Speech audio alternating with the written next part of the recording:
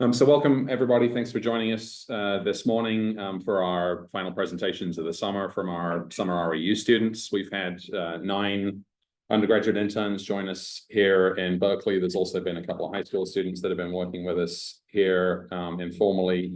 We have 3 students who have been joining the program from Italy who will be presenting this morning, 2 students from Trinity College Dublin in Ireland will also be presenting, and then we've been sponsoring 5 students out of about 15 at the University of Oxford. They have a couple of weeks left in their program, so they haven't finished up their research yet, although I think one of those students is also going to be presenting remotely today. Unfortunately, quite a lot of the team are out of town today. I know Dr. Pete Warden would have loved to join us. He has some meetings this morning. I know Dr. Andrew Simeon would have loved to join us. He's on a plane and on his way back from South Africa at the moment. So I'm sure folks will catch up with the videos after the fact. We're going to post these videos online of the talks. But it's been really fun this summer. It's always fun, but we've had a really great group of students participating with us, done some fun activities, but also really done some pretty cool research that we're going to hear about this morning. I would be remiss if I didn't thank our sponsors, the Breakthrough Initiatives, who really invested in this program, not just in terms of the science and the program as a whole, but also investing in the great young people that we have here today, our early career researchers. And then we got a vote of confidence from the National Science Foundation when they funded us as a research experience for undergraduates site a few years back, and then actually renewed that grant in 2023. So it's been really great to see this investment in the field of technosignatures. You're going to hear about some cool research, not just in technosignatures this morning, but in some adjacent areas using some of the technologies and techniques that we have as part of the LISTEN program. And so I guess we're going to be running a tight ship this morning, and I'm a little under time right now. So I guess without further ado, I'll hand over to the first of our speakers, and I'm going to ask all of the speakers to introduce themselves and their mentors and projects. But first up is Lipika, so thanks.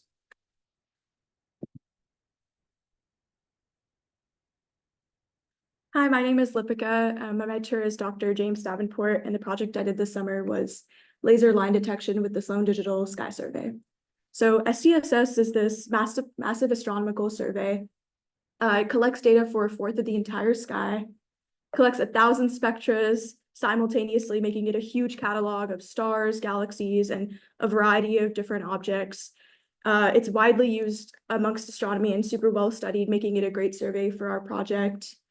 For every spectra that it collects, we can get properties such as distance and brightness. Those spectrographs are located in the back of the telescope. It's led by optical fiber cables on a telescope that's 2.5 meters long, Apache Point Observatory down in New Mexico. So what is the significance of doing SETI with lasers? Laser line emission has been a strong potential exciting avenue for studying technosignatures. Optical lasers can outshine host stars with even the current telescopes and technology that we have as humans, and then interstellar distances can also be covered with lasers with the current telescopes that we have. And this project is, I got ahead of myself, but ET can use lasers for signaling beacons, communicating interstellar and interplanetary distances, and then also they can use it for like light sail propulsion systems. And yes, so this is the first project that's doing emission searches, anomalous emission searches for technosignatures using SDSS. Okay, so yeah, so some of the goals for my project were to detect unusual emission lines, and then also to determine the energy needed to produce a laser signal of that magnitude. So the data set that I used was in SDSS. There's this thing called Segway. It's basically a part of it that focuses on stars in the Milky Way. And then there's also the Segway stellar parameter pipeline, which is the code that takes all the spectra and is actually doing the property derivation, so getting the radius and surface gravities of all the stars. So I used 1.8 million sources. And then my first cut was with Gallay 3, I combined them and I did a cut to get 7,800 sun-like stars. And for every single source, I extracted the spectra using this thing called BOSS. So BOSS is not only a survey, the name of a survey, but it's also the name of the spectrograph instrument that SDSS uses. It has 1,000 fibers versus the past spectrograph that had 640. And here's an example of like one of the cuts that I made. I just zoomed in to the 1.8 million sources and did a cut around the sun-like star parameters for log G and TEF, and then got my sample down to 7,800. So the first part of my project, in order to even detect anomalous signals, I needed to make sure my code was able to properly recover them. And but in order to do that, I injected synthetic Gaussians into my data set. And I did this 1,000 different times for every single source, 1,000 different injections of varying amplitudes and wavelengths. And here's just an example of the parameters of a Gaussian. I kept my sigma value fixed as well as my offset value fixed, and then the amplitude and central wavelengths were varied. And in order to recover the things that I injected, the first step was to plot for every single spectra, plot its residual. So doing data minus model. And then to find the peak in the residual, there's different criteria that I went through, some of which included, making sure it's an emission line and not an absorption line because lasers are emitted. And then another criteria was to make sure that the width of the peak or the sigma of the peak was narrow enough because lasers are infinitely narrow. And once it went through all these detections, I curve fitted it and got its amplitude, width, and central wavelength values. That's how I compared it to the thing that I injected to make sure that it was injecting correctly. So the bottom two plots are the most relevant to what I just talked about. It's the injection of the 1,000 injections that I did and the recovery rate of them. So how well did my code recover the things that I injected? Was it like 80% of the time, 90% of the time? So those are the bottom two plots. But the real thing was to start doing this recovery on the real raw spectra. So the top left plot is the raw spectra data. And then I plotted the residual, which is this flex minus model divided by error. And the last thing was to find any peaks within the raw data set. And a couple of things. So the pink reddish line is sky. So in radio, there's RFI, which is the main noise.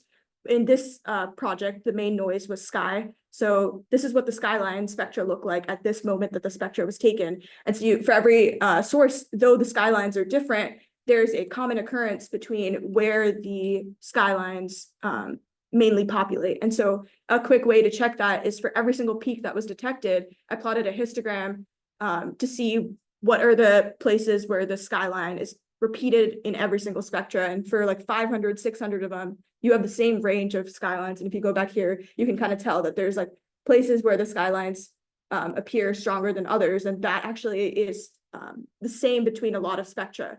So a way that I did a filter to find potential candidates was to go into every single histogram bin and find places where I have less than 10 sources existing in the bins. And then that narrowed down my cut to 68 potential candidates. And here's an example of a potential candidate. So you have your raw spectra with a peak, it goes and gets the residual plot and it finds a peak. And then as you can see, it's not really a skyline. And there's multiple different criteria that it goes through to find this. And here's also a zoomed in version of the place that the peak was and what it Gaussian fitted. And alongside this, I got different parameters like the amplitude of it and a bunch of different things for the peak.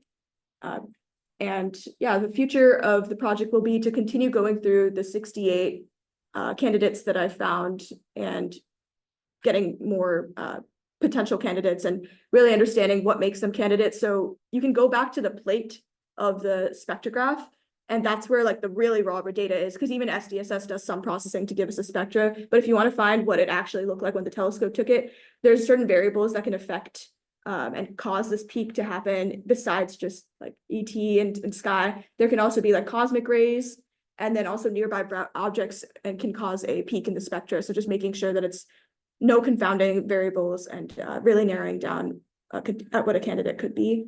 And I also need to do the calculation for the energy that's needed to produce a laser signal of this magnitude. Yeah, I can take any questions. Great, thanks. Any questions from folks in the room or folks online? Feel free to just unmute and ask your questions.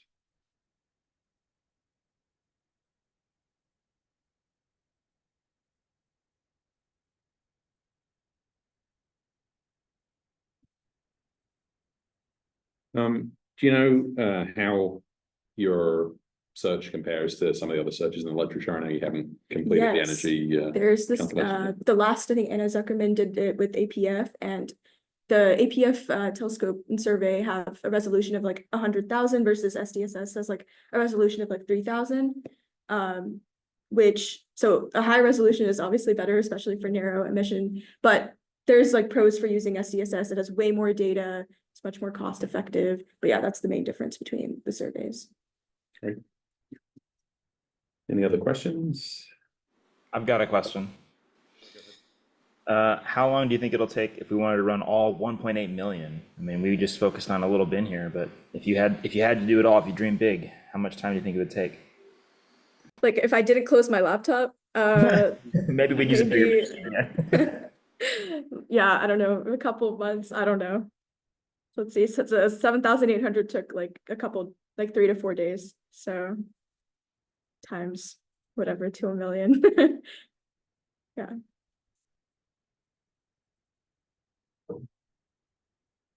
All right, great. Thanks very much. We're actually ahead of schedule here, amazingly. So I'm going to hand over to Eleanor.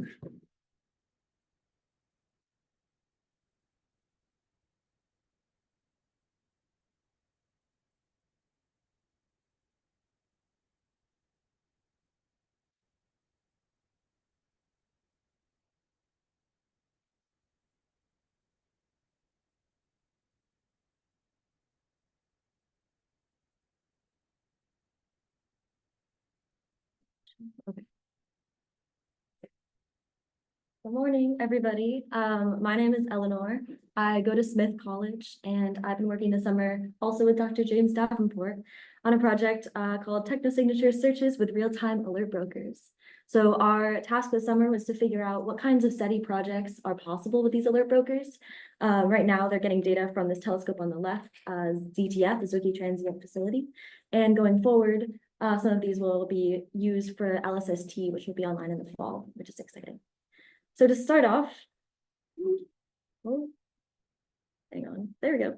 What is an alert broker? So to tell you that, we're going to talk a little bit more about this telescope. This is the Zwicky Transient Facility, and it's looking, it's an optical survey in California, large-scale sky survey looking for optical transients, so things that change abruptly in brightness. Either they are flashy supernovae and they appear, or maybe they drop off in brightness suddenly.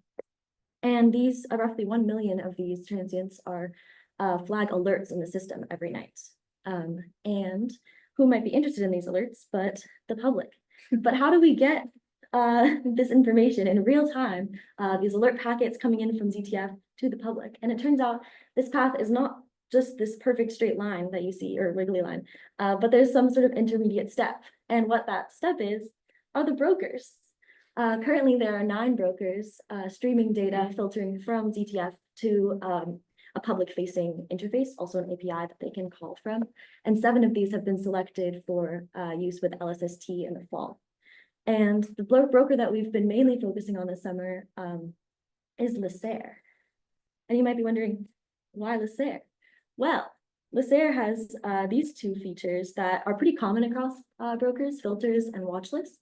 Filters allow you to look through the schema of the different columns in the alert packet for each object in ZTF and filter by magnitude or sort of distance from a particular point in the sky or date and time, things like that. And watch lists allow users to input a list of objects that are interesting to them, and then it will sort of flag which one these objects flag alerts. But then the real reason why LISAIR is because of this 3rd feature that it has called watch maps. And watch maps are a feature unique to LISAIR. They allow you to take a region of sky that's interesting for you, as you know, it could be anywhere, it could be this region right here. And it will look for every alert that's flagged within that region of sky. And this allows for technosignature searches that might be like spatially and temporally related schemes, like SETI ellipsoid, or one that I'm going to talk about right now, which is the planetary transit zones. So this is an example that we went through to build watch maps for the Earth transit zone, which is the region of sky that can see Earth as a transiting exoplanet.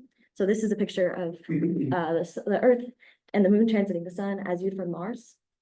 But the Earth transit zone would be like the strip of sky that can see Earth as a transiting exoplanet. And then the other planetary transit zones obviously can see the other planets as exoplanets. So the first step to make a watch map, this kind of watch map, is trigonometry.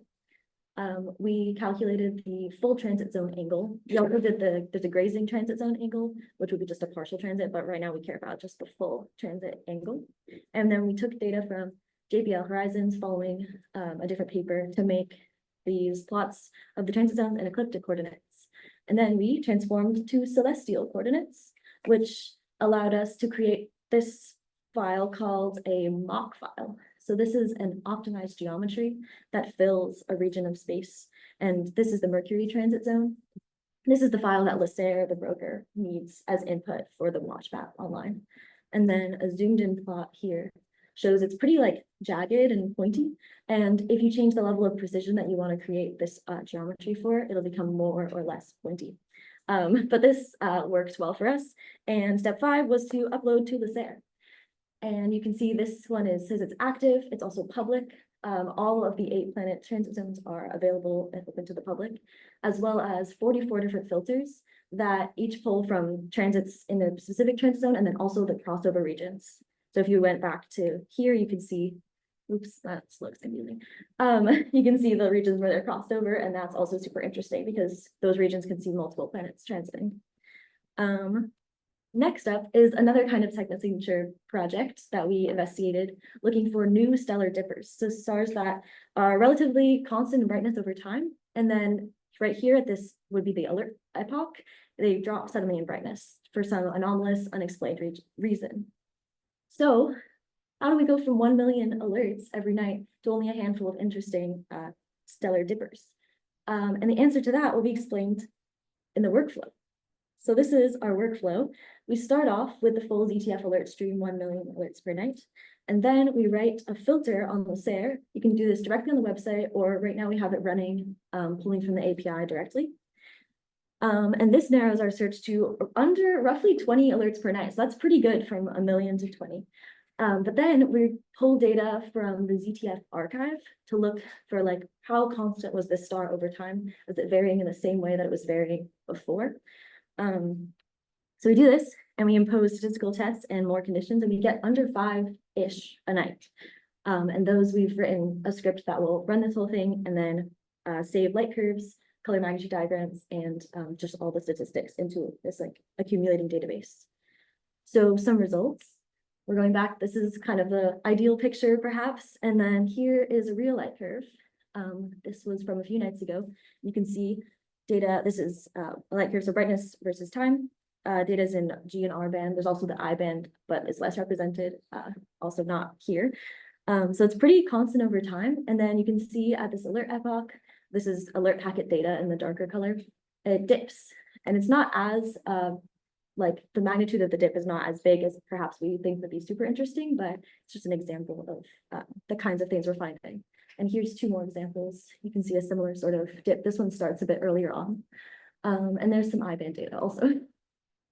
And then we pull Gaia matches for like by Arian deck of the stars that pass both first the Lasserre filter and then also the statistical tests. And we plot them all on a color magnitude diagram. I think further, like in the future, we might be interested more in seeing where these stars show up on the color magnitude diagrams, because we're generating one every night. But that's sort of for the future. And this is just like a typical, I guess this is maybe more perhaps than usual, but this was from a couple days ago. We had 21 candidates passing the initial filter and then 4 passed our additional tests and conditions. So the future. What comes next? This is a pretty picture of LSST, which will be very exciting in the future. So we're going to be running this script every day. That goes the Stellar Dipper script. Jim was able to successfully run it yesterday on his computer, so that was exciting. So that'll be running at UW in Seattle. And then I'm going to finish up documenting my work. I wrote like a schema of my own for our database that we're building, but I'm going to keep doing that. And then paper, I'm going to keep writing this paper that will be in the fall, hopefully before LSST starts releasing data, so we can see what kinds of projects will be possible with LSST. And just get hyped for the fun because it's exciting, and we're going to get it's an order of magnitude more alerts every night from LSST. So say from 1 million to 10 million a night. And then maybe rather than 5, we'll get 50 that pass all of our tests. So this is just interesting candidates for SETI. Thank you.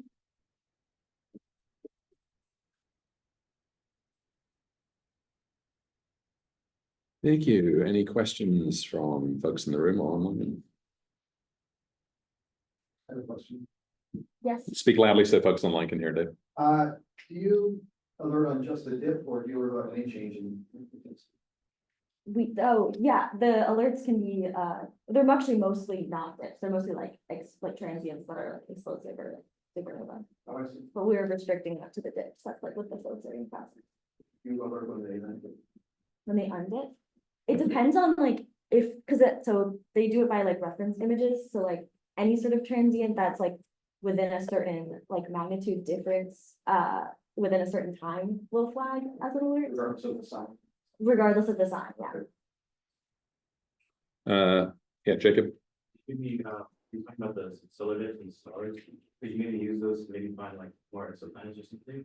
Like maybe an exoplanet transiting star? Perhaps. I believe that would be a much smaller magnitude difference, but the same kinds of techniques for sure. We have a question online from Clément. Yes, hello. Very neat research. I was wondering if you started to explore the dipping sources. What are they?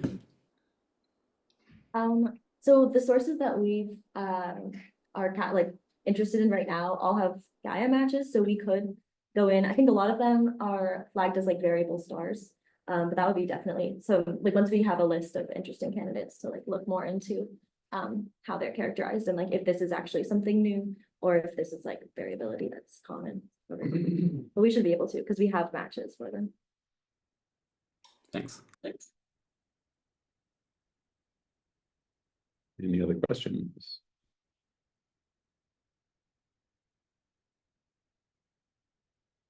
Okay, if not, then we will move on to Ben.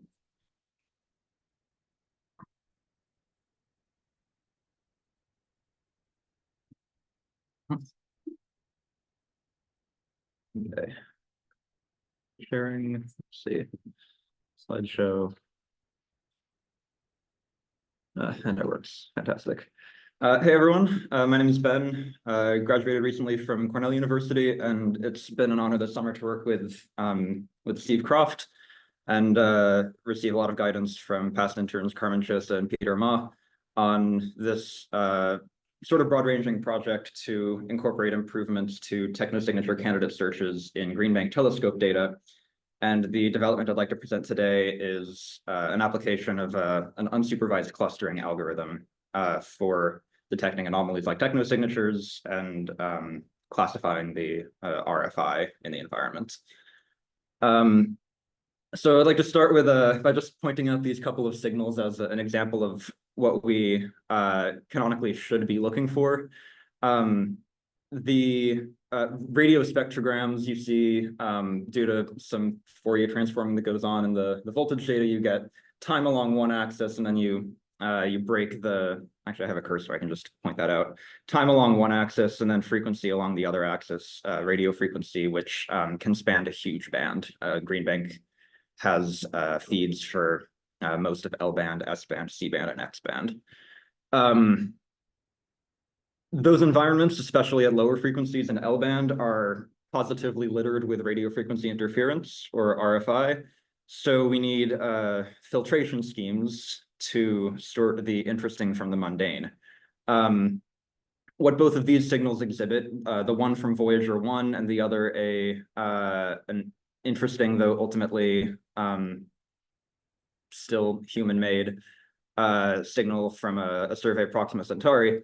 What they both display is a drift in frequency over time attributable to the relative radial acceleration between any conceivable transmitter, in our case Voyager, or in the Proxima Centauri case, hopefully an exoplanet. The Doppler drift due to our changing speeds for orbital and rotational reasons. There's also, we do this on-pointing, off-pointing spatial filtering. We hope that any signal coming from a localized position on the sky would be present in pointings at that position and absent from pointings away from it, whereas most terrestrially generated RFI should not be so localized. So that brings me to TurboSETI, which is the conventional workhorse pipeline for this project, flagging any signals above a certain signal to noise threshold as an interesting hit, weeding away the ones that exhibit no drift rate, and then applying this spatial on-off filter with the find event pipeline to filter out from the multitude of hits a much lower number of interesting events. Unfortunately, even all of that filtering for really large surveys like Carmen Chosa's survey of 97 nearby galaxies in 2023, that can leave us with still a pretty significant haystack to sift through. Carmen's data set at all 4 bands included over 6 million hits. The event rate dropped from 6 million to just over 1,500, which is an incredible reduction in signal rate, but it's still a lot to go through by hand. It's sort of at the threshold where it starts to become prohibitive. And once you go through all of those by hand, you start seeing a lot of patterns like certain kinds of satellite RFI coming up over and over and over that TurboSETI is just not sensitive to filtering out. And it would be great to refine our the events that our pipeline returns to make them more reliably interesting or reliably anomalous. Which brings me to HDB scan as a method for anomaly detection. HDB scan is one of many clustering algorithms that relies on the premise that if you sort of reduce an input image or signal, or in this case spectrogram, to some number of representative parameters and form a lower dimensional parameter space, then similar types of signals should exist relatively close together in that parameter space. Meaning that a metric as simple as the Euclidean distance for finding signals that are proximate to each other should be able to filter out groups of signals that have similar morphologies. Our parameter space is distinct from some other parameter spaces that are used for HDB scan and other clustering algorithms in the literature, in that we preferentially prescribe certain parameters on the basis of their statistical or astrophysical significance. So we have this list of a dozen parameters, including 3 that TurboSETI calculates on its own, several others that we have to calculate for each hit that TurboSETI finds, each of which has been chosen for some attribute of the temporal behavior, the spectral behavior, some combination thereof that we consider significant for differentiating one type of RFI from another. I have comments here on the combedness. There's RFI that appears with other RFI in the same kind of drifting pattern, and that's the sort of thing we'd like to be able to filter out as its own class. So, like I said, the assumption here is once you calculate these parameters for each of the hits, it can be a few thousand, it can be a few million hits in your data set. Each hit is assigned its own position in this 12th dimensional parameter space. And we are making the assumption, which is well borne out in our testing, that hits with similar morphologies occur in proximate locations to each other in this parameter space, and that helps our clustering. So how well is it borne out? These are a few examples of clusters from our, actually this is not so great on the screen in the room for which the projector is not the greatest, but hopefully on the screen it looks better.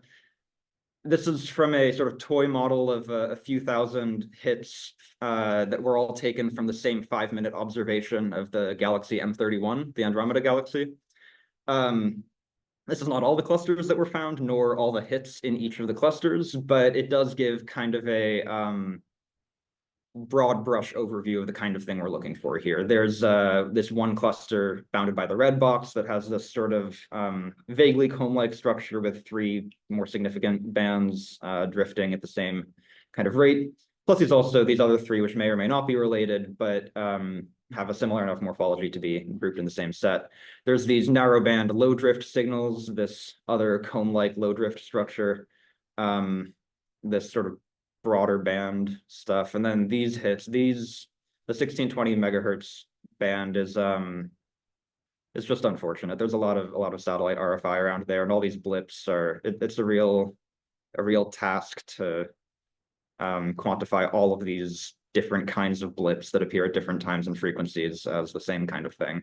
But it broadly speaking does that well too.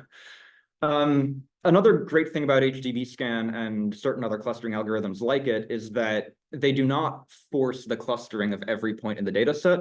They permit outlier points to be sort of just doing their own thing. It leaves them in an anomalous class, which is useful for data reduction, because once you've gone through all of your, I guess, not so interesting, all the classes that are verifiably RFI, you would like to go through a reduced size data set that is just the interesting signals for a very broad definition of interesting. So here's just a rogues gallery that I've picked out. There's some stuff like when 2 signals overlap in this way, a slightly drifting narrowband signal and a broadband pulse signal. Turbo SETI is notoriously not so great at picking out signals that overlap. So it's good that those are left in the anomalies class. Some other signals with interesting shapes here that are repeated to very minimal extents in the data set, as well as the anomalies class typically finds any artificially injected signals when I put these in with the SETI-Gen package developed by Brian Brisky a few years ago.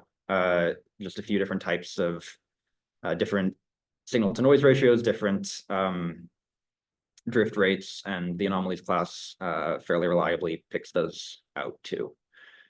So those were the results from a sort of a toy model looking at one iteration of an HDB scan algorithm on an isolated subset of data. Running it on just a few thousand hits enables us to be really selective and fine-tune the input so-called hyperparameters that go into just sort of tuning the settings under the hood of the algorithm. But it would be good if we could upscale that to a much larger survey. 3,000 hits is, one 5-minute observation. Technosignature searches get a lot bigger than that. So it is possible to upscale this algorithm, not naively, I should say. It doesn't. You don't just run the same iteration on 3,000 that you do on 2 million. But there are some steps you can take to do that upscaling. One of the main ones is batching. So one of the things that I did this summer was to take that 2 million hit data set. I'm looking at the 2 million hits from Carmen's data set at L-band. And you can batch those hits into roughly 400 hits roughly 400 batches of roughly 5,000 hits each. And then you can tune your hyperparameters on individual batches as sort of representative sample of the whole thing, and then run the algorithm with those parameters on the larger data set, batch by batch. And that improves compute time for a variety of computing complexity reasons. And it improves clustering accuracy, because HDB scan performs very differently when it has just a few, relatively speaking, hits to work with versus a much larger data set where all of the voids in between the clusters get filled in to greater density.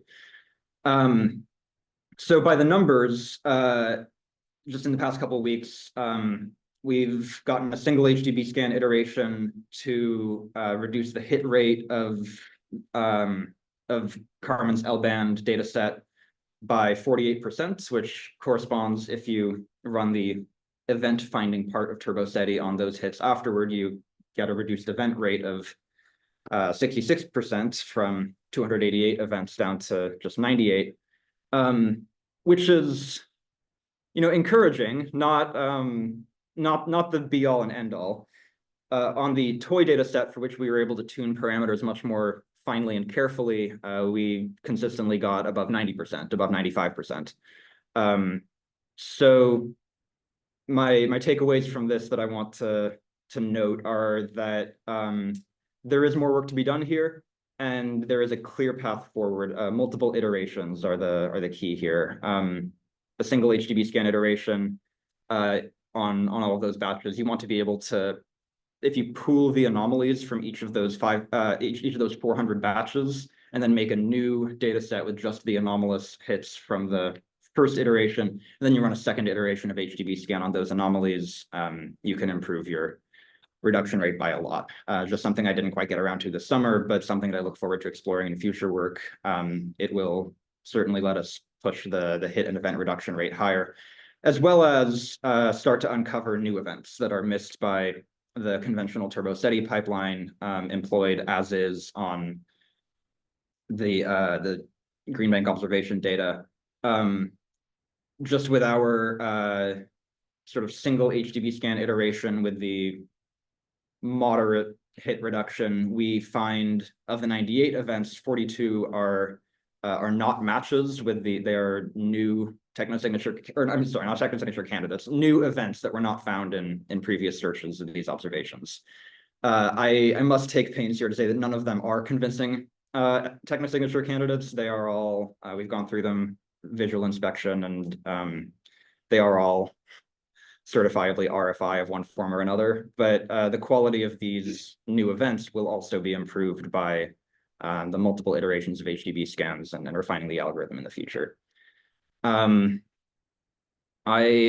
would be remiss not to thank all of the amazing people who've given me a lot of help this summer in various ways. This has been a fantastic experience, and I look forward to continuing this project into the final stages in the near future.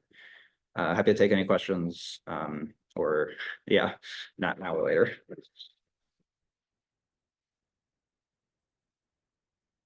Time for one quick question. Question about dimensionality. You have like a 12-dimensional parameter space. Sure. How do you compute distances when parameters such as different units?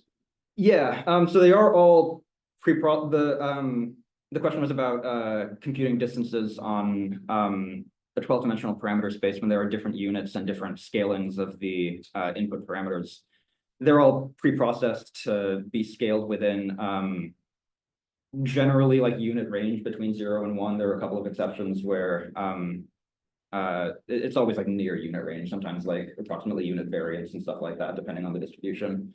So they're all pre-scaled to occupy the same kind of like 12-dimensional hypercube of unit volume. Yeah. Yeah, I hope that answers. Yeah. Okay. Several questions, but I don't. Okay, happy to discuss later. Yeah. Great. Thanks, Ben. Thank you. So we're going to move on to a few talks from remote participants here. So Andrea, if you're ready. Sure. Hello, everyone. I'm Andrea. I'm one of the Italian interns, and I'd like to show you the project I've been working on for the past few months. It is about searching technosignatures on TESS exoplanets in C-band, but unfortunately, spoiler alert, no technosignature was actually found. So the aim of the project shifted to implementing new strategies or techniques or follow-up ideas on how to improve your confidence level when you see a possible interesting candidate and you want to know if it is or it is not an actual technosignature. So the idea was to analyze 35 exoplanets and also a Dyson sphere candidate. Could you make your slides full screen, please? Oh yeah, sure. This should be better. Okay. So the analysis was performed on 35 exoplanets. They were observed with Sardinia radio telescope. The observation started before the beginning of the internship, and we continued the work on, to collect data. and they were processed with TurboSeti, which is one of the software, that we use for this purpose, for, searching technosignatures. And in TurboSeti, as Ben previously showed, you have many parameters that you can tune to improve your search. And I played with some of them, and I obtained, unfortunately, a lot of stuff to analyze by hand. So probably like an AI approach should be better for the future. We will see. Then I collected interest in candidates, and I, let's say, consider three possible approaches, which is, of course, follow-up observations on the relevant sources, the drifting and time integration, which I'll show you in a minute, and drift path recognition, which is unfortunately by now, for the moment, is the slowest, let's say, approach, but it's quite useful, and you will see why. So, of course, we use, as I said, the Sardinia radio telescope, which, as the name suggests, is located in Italy, in Sardinia. It is a 64-meter steerable single dish antenna.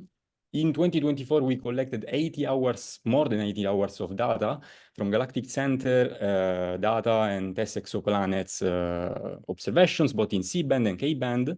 I analyzed a fourth of it. So for 20 hours of observation in C-band for TESS exoplanets. The observation strategy is quite common in these cases, which is you look at your target for, let's say, 5 minutes, which is called an on observation. Then you point, after this observation, you point your telescope away and you look in another point of the sky, which is in our case 5 degrees in declination away from the on observation. You look for other 5 minutes, you observe for other 5 minutes, and this is an off observation. And then, so you have a pair of on-off observation, and you repeat the pairing 3 times. So you have 6 subscans, each is 5 minutes. So you have a total of 30 minutes of observation. Now, the fact that it is quite a short amount of time, in principle, you observe the source for 25 minutes from the first on to the last on, allows you to approximate the drift of the signal as a linear one, because, of course, as you know, for this short period of time, nonlinear physics is not quite manifest. It can be, but it's not usually manifest. So for the analysis, as I said, we use TurboSeti. And as you can see, the large plot is an actual technosignature, is a narrowband drifting signal, narrowband because it's a kind of artificial signal, not a natural one. That's why we search for narrowband signal. A drifting signal because of Doppler effect. Already Ben said that, all this stuff, so I'll go fast. The large plot that you see is actually a technosignature, but unfortunately is not an alien one. It's a human technosignature because this is Voyager. This is Voyager data.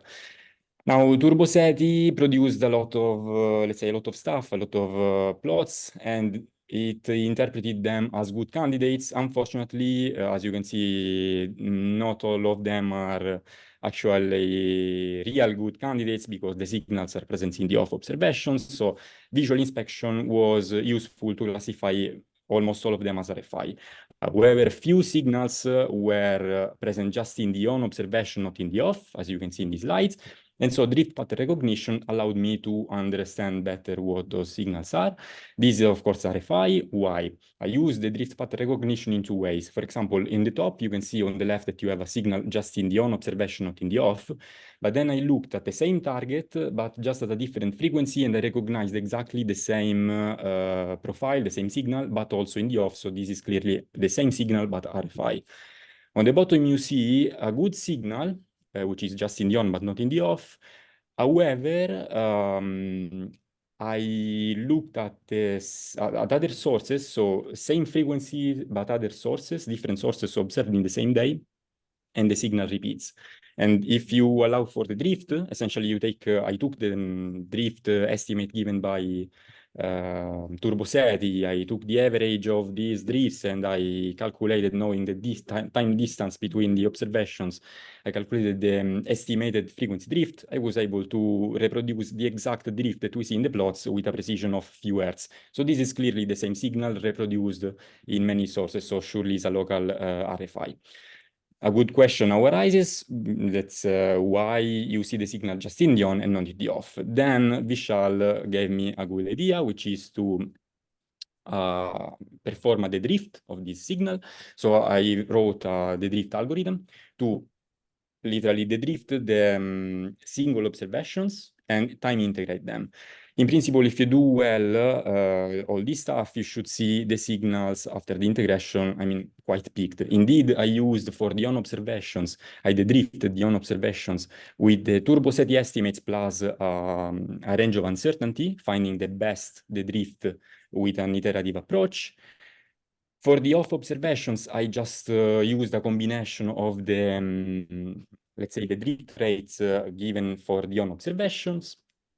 Unfortunately, nothing appeared in the off. So in principle, if you have a signal which is hidden in the off, you should be able to see it after the time integration, but the red boxes shows that actually there is no signal there. So, I mean, this approach is quite useful. Unfortunately, it failed for this source. It fails also for the other source that I showed a few slides ago. But again, it's an interesting idea to explore. So I asked, why are these targets not good candidates for technosignatures, for SETI, probably? Why? I searched those targets and I found, relevant parameters, especially those, all of them are quite close to their host stars. So they're quite hot. Indeed, here you can see a plot of these sources in the sky and an habitability plot that I made. Here you see also, so both K-band and C-band data. Francesca will later talk about K-band. So here you see that all those exoplanets are too close to the host star, while the Earth is in the habitable zone. So that's why, unfortunately, we have not found any relevant signal. I want to finish with statistical analysis that I performed on C-band. This is quite useful probably for modeling purposes because here you see from the top left and bottom right plots in C-band, you have very broad drift rate distribution and it disappears at all frequencies. It is present at all frequencies. In terms of frequency distribution, it's quite flat. This suggests that, of course, this is, as I said, is all RFI. If you want to model RFI here is quite flat, so it behaves like white noise. And of course, a check on signal-to-noise ratio distribution, just to check that is actually what we expect, which is, of course, peaked at low signal-to-noise ratio. As I said, you are most likely to observe a lot of noise, and so the signal-to-noise ratio is quite low, so this is just a consistency check. So what's next to finish? Probably, as I said, turbo SETI is not quite completely efficient for some of the signals that I analyze. I have to say that C-band is quite full of satellite frequencies. So, I mean, it's quite populated by RFI. So probably we should or either change turbo SETI script, turbo SETI code, or use other softwares. But of course, the best option is to use more than one software altogether. So probably I suggest to create a super pipeline which includes turbo SETI pipeline, probably, of course, other software pipelines like Bliss and so on, and to implement all these follow-up ideas for the interesting candidate you may encounter. Probably, if you want to speed up the process, include probably an AI approach. Eventually, we will be able to find a tip. Who knows? And that's it. Thank you.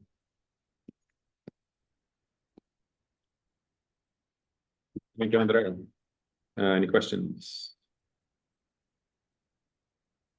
I'm curious if you've had a chance to compare the statistics of the signals from SRT to the ones that we see with GBT, for example, from Carmen's paper. I focus more on comparison between different bands, like K-band and C-band. So maybe something that I can do in the future with different telescopes. So you will see instead the one for the work that Francesca has done in K-band, and you will see differences. I don't want to spoil anything, but with other telescopes, I've not studied that. So probably something for the future. Great, thanks. Thank you. Okay, then let's move on to Francesca. Hi.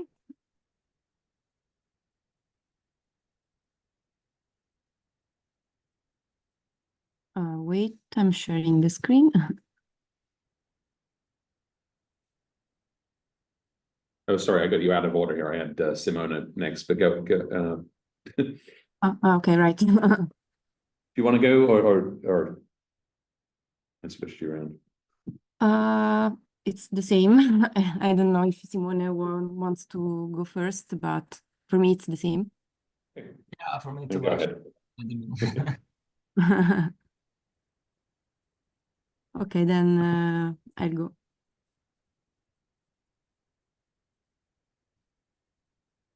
Wait, sorry.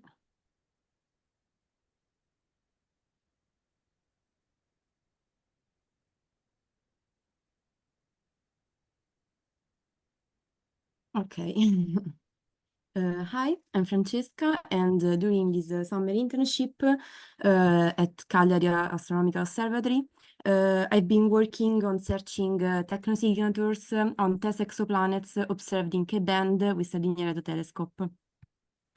A total of 23 observation hours in K-band were conducted, 6 of which I was personally able to take part in.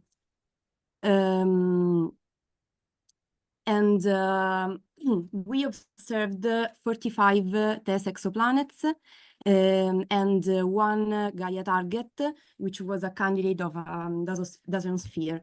In this plot, you can see a sky map of the position of all the targets that we observed. And in particular, in red, you can see the exoplanets I worked on because they were observed in K-band.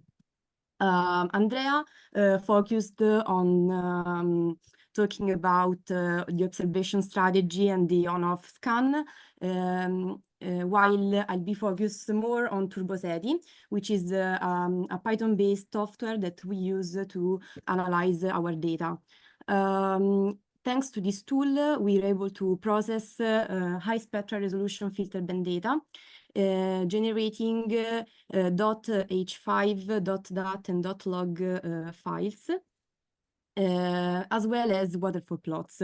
As Ben already said, a waterfall plot is a plot of a radio time frequency power spectrum with the time on the y-axis and frequency on the x-axis.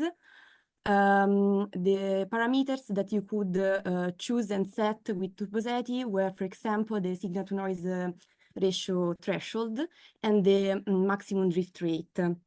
This means that all the signals that exceed a certain signal-to-noise ratio and that were within specific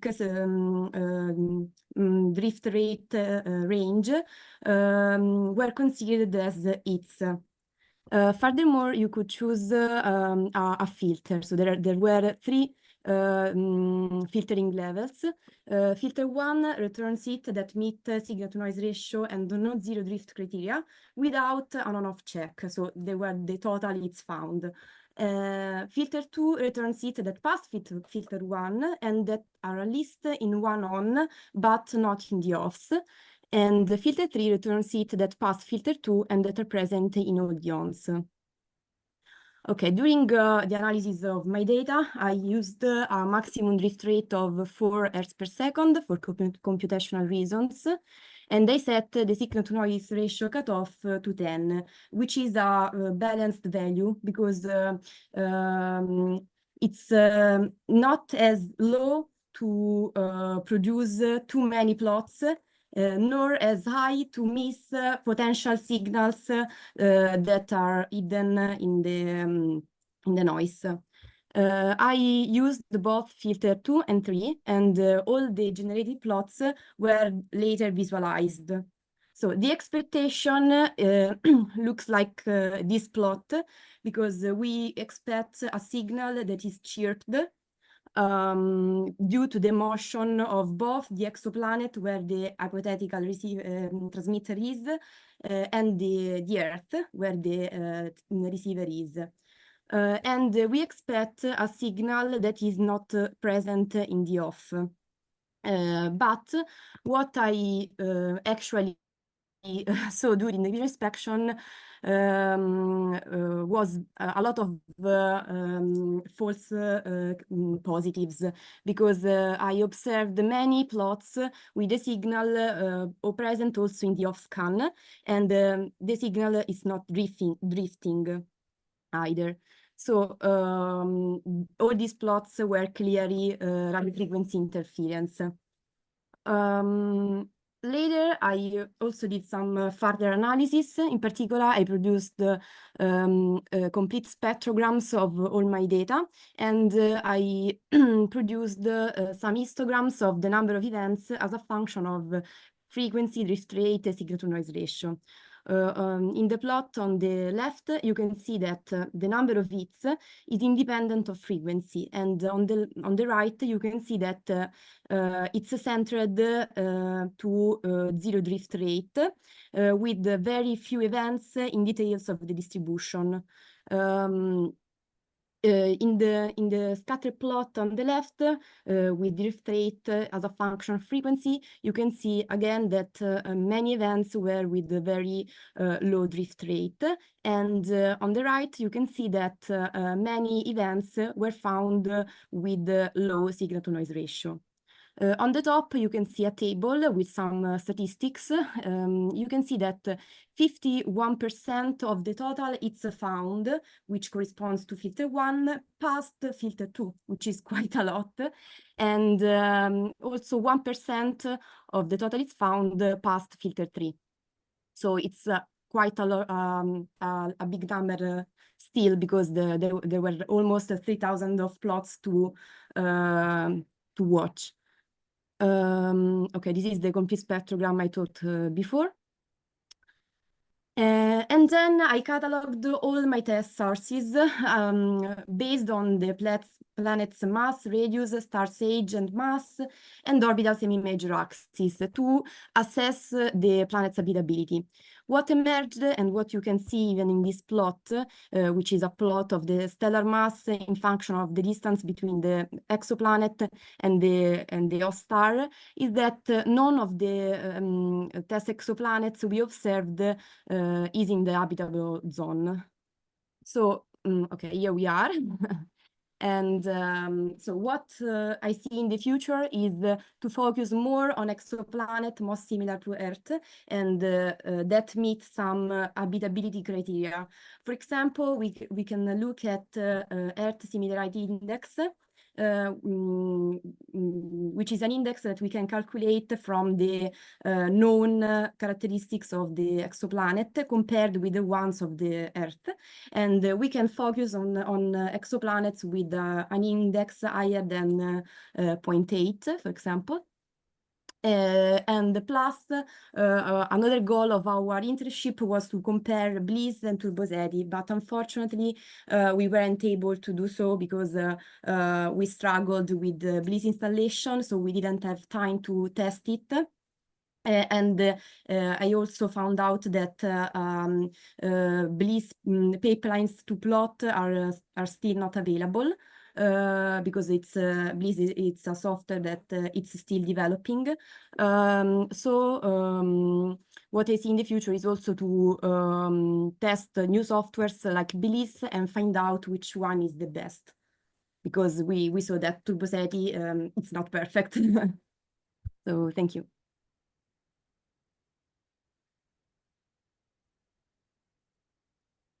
Thank you. Any questions?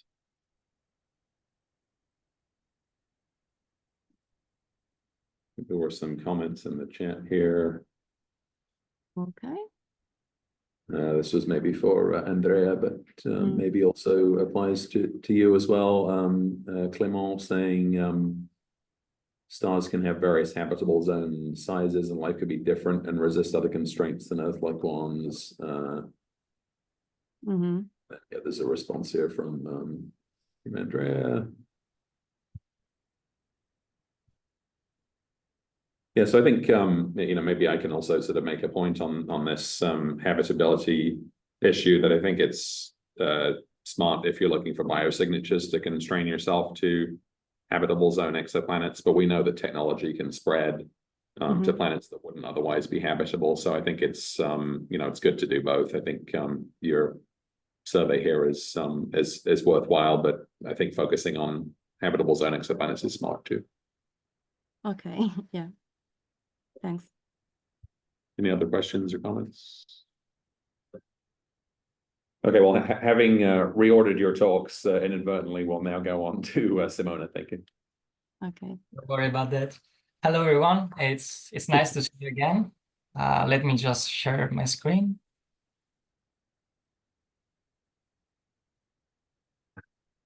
Okay. You can see it, right?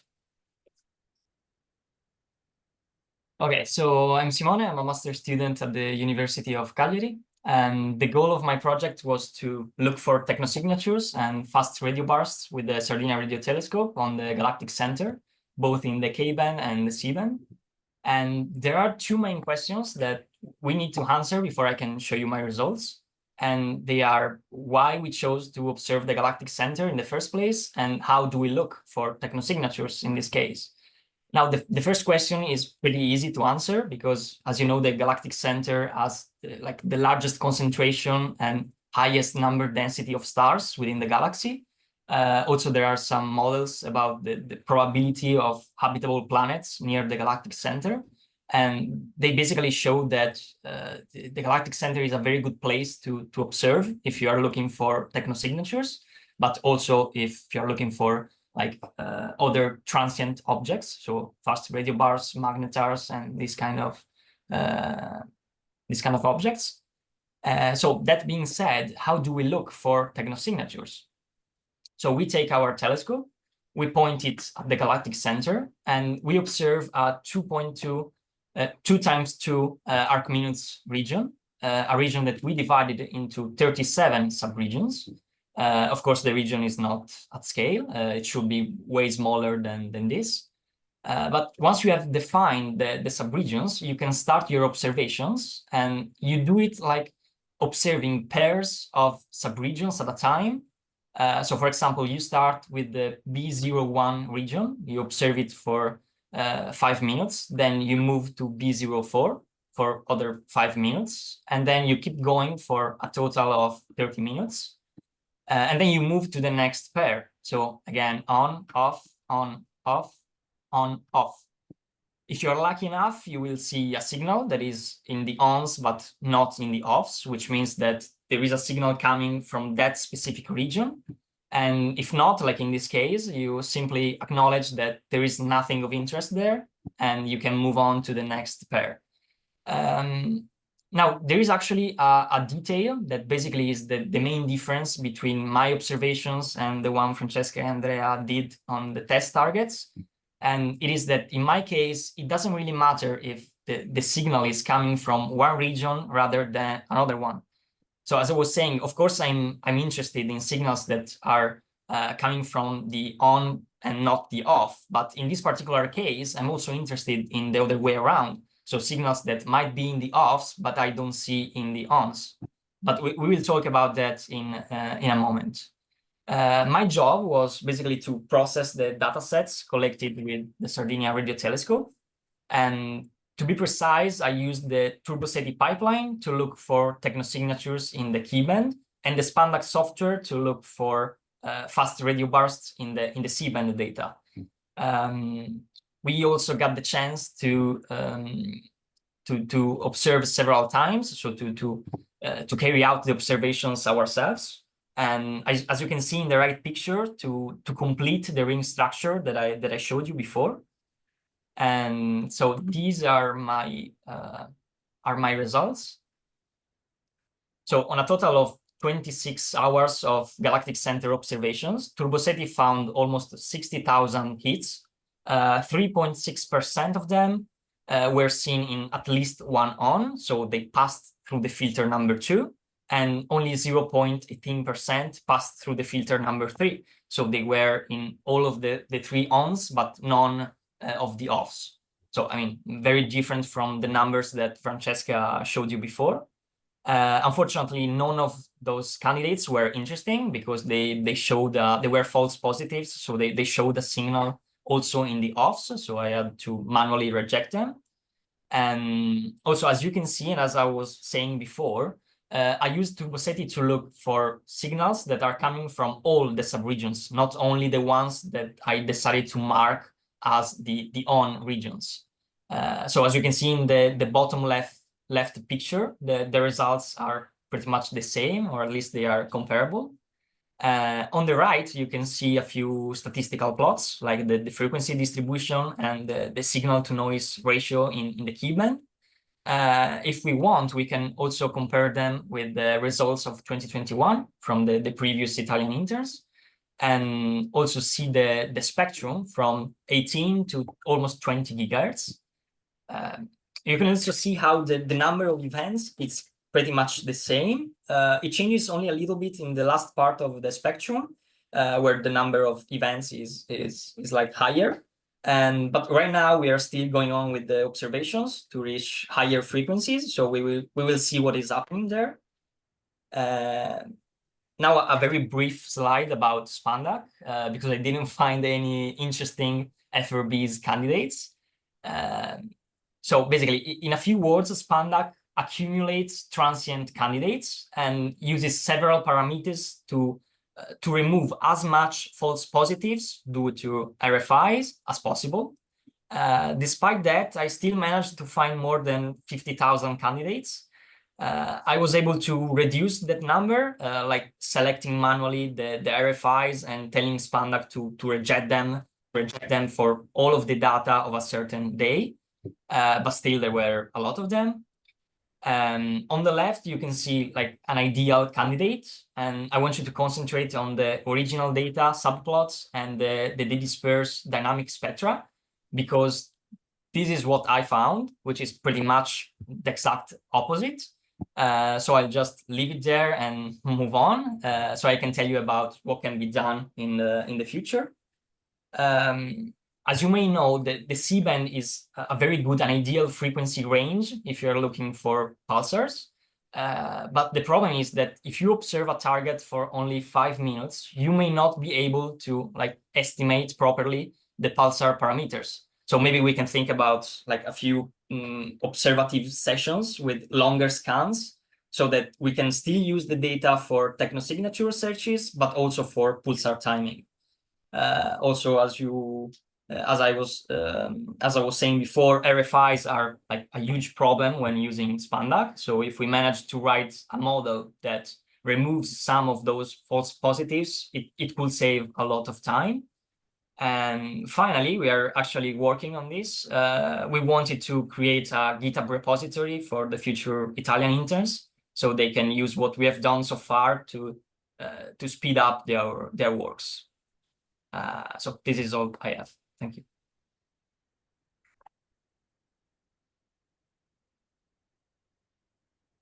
Thank you.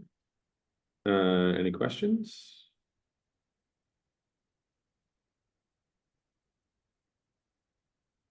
I'm curious why you mentioned briefly that you got a different fraction of your hits that ended up as events than Francesca did. Do you know why that might be? Actually, I don't know, because those statistical analysis was done on the key band, so it's the same band that Francesca analyzed. Also, we found out that the percentile that I found is like comparable to Andrea's, but not Francesca's. So I really don't know about that. It could be worth looking at the pointing direction. You know, if you were looking towards regions of the sky where there are more satellites, for example, then maybe that could explain. Yeah, I think so, but I mean, I'm not sure, but there are a couple of test targets that Francesca and Andrea have in common, and also the position in the sky sometimes is very different, if I don't remember wrong. But sometimes there are several targets in the same region. I mean, I don't know. Yeah. Okay, something to look into.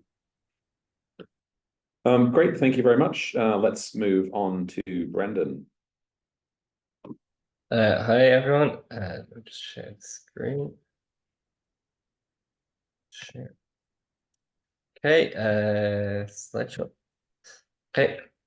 Hi, my name is Brendan. I'm going into my final year of my undergraduate in Trinity College Dublin, and over summer I didn't really have a title. I kind of didn't really have one main thing I was working on. I was working on two things. Setting up this Grex unit, which I'll talk about in a second, and then some more technical signature searches here.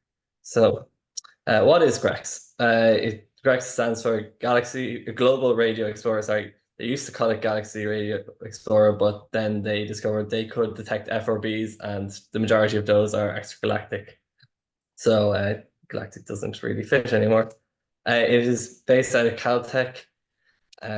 They're fairly low sensitivity, but they are large sky coverage and in about the 0.7 to 2 gigahertz range. Basically, it's a lot of radio telescopes placed in different locations across the world.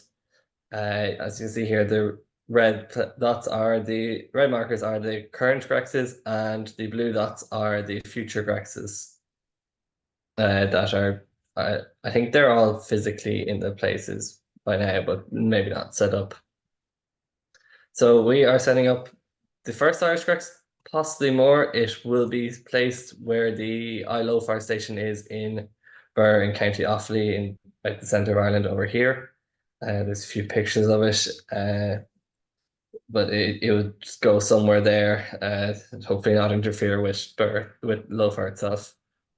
So the main thing that we've been doing is making a server for the Grex for it to run off of. It's the first thing we did when we got it. So there was a recommended server that we use. However, we found that we could build it ourselves for much cheaper, and so we did. So spent a while looking for parts that will fit the specs and will ship to Ireland. And it took nearly 100 emails of back and forth over a few weeks to figure out everything. We found stuff, then they wouldn't ship to Ireland, or we found stuff but then they went out of stock by the time we ordered them, etc., etc. But we eventually got it built, and you can see it there. It is an absolutely gigantic piece of equipment.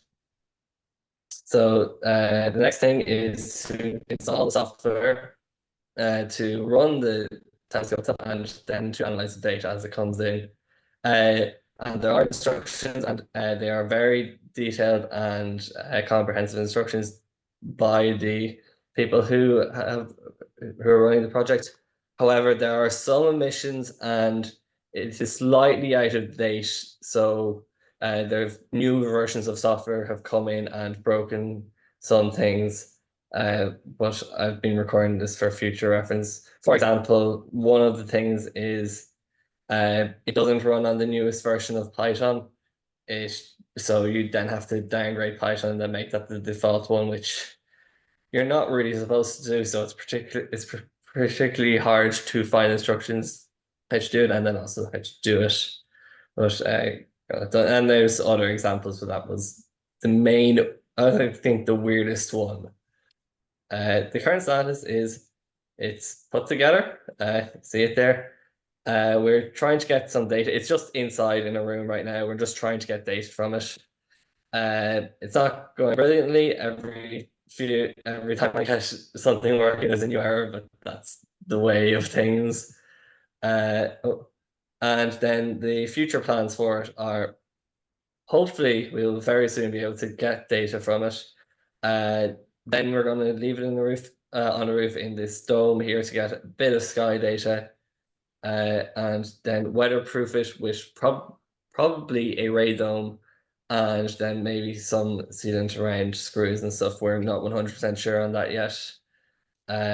We'll bring it to Birr, set it up, and hopefully it will work perfectly, and there will be no problems ever again with it. Then very briefly, this has kind of been bit of a side project, so I haven't as much progress made as a lot of people, and there's not much to say, but very briefly, I've been also looking at technosignatures. So we've observed some test targets and Dyson sphere candidates. We don't do, sorry, this is with the LOFAR stations in Bur and in Unsala in Sweden. We don't do on and off observations, however, like you've just heard Ben and Francesca, Andrea and Simone talk about. We basically just observe from 2 locations at once. And if the signal is present in both, it is if the signal is only present in one, it's likely local RFI. If it's present in both, it could be a genuine technosignature, or it could be a satellite RFI or some other source of RFI that is visible in both fields of view. Sorry, and as part of this survey, low frequency pulsar FRB and technosignature survey, or LOFS, which is being done by Owen Johnson, who is actually a former Berkeley intern and also a PhD student working with my supervisors. But the main thing I've done was I have a program to automatically create schedules for the 2 sites, as well as there's an automatic data reduction pipeline. About all that has been done. There's a few problems, technical difficulties with machines, but that's it. And then also, these observations are for 80 minutes, and TurboSeti cannot deal with files that big. It's just not designed to. And then BL Dice is a part of Blimpy, the breakers and input-output methods. It cannot separate these, chop up these files due to something that appears to be hard-coded in that there need to be, I'm gonna get the numbers wrong, but we'll say 2 to 20 channels or some multiple of that. And then the LOFAR stations have, say, 2 to the 18 times 100. No, but okay, 105, 103 or something, some prime number. So they are actually bigger than that, but they're not a multiple, so it doesn't work. But future stuff is hopefully we'll try it with SETI Core, or I'll figure out some other way to split up the filter bank files to allow TurboSeti to run them. I don't have any results to show you yet, however. Thank you.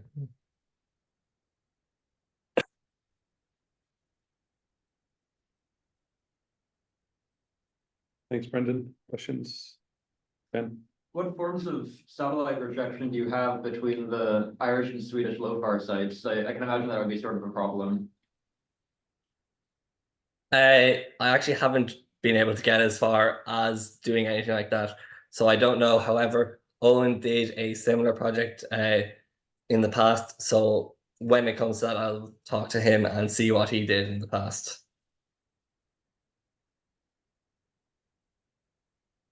All right, thanks, Brendan. Let's move on to Thomas. Thank you. All right, hello, I'll just share my screen. Right, hello, my name's Thomas. I'm also one of the interns at Trinity College Dublin, along with Brendan, and I'm doing my project on the response of single pulse search algorithms under the supervision of Evan Keane and Vishal Gajjar.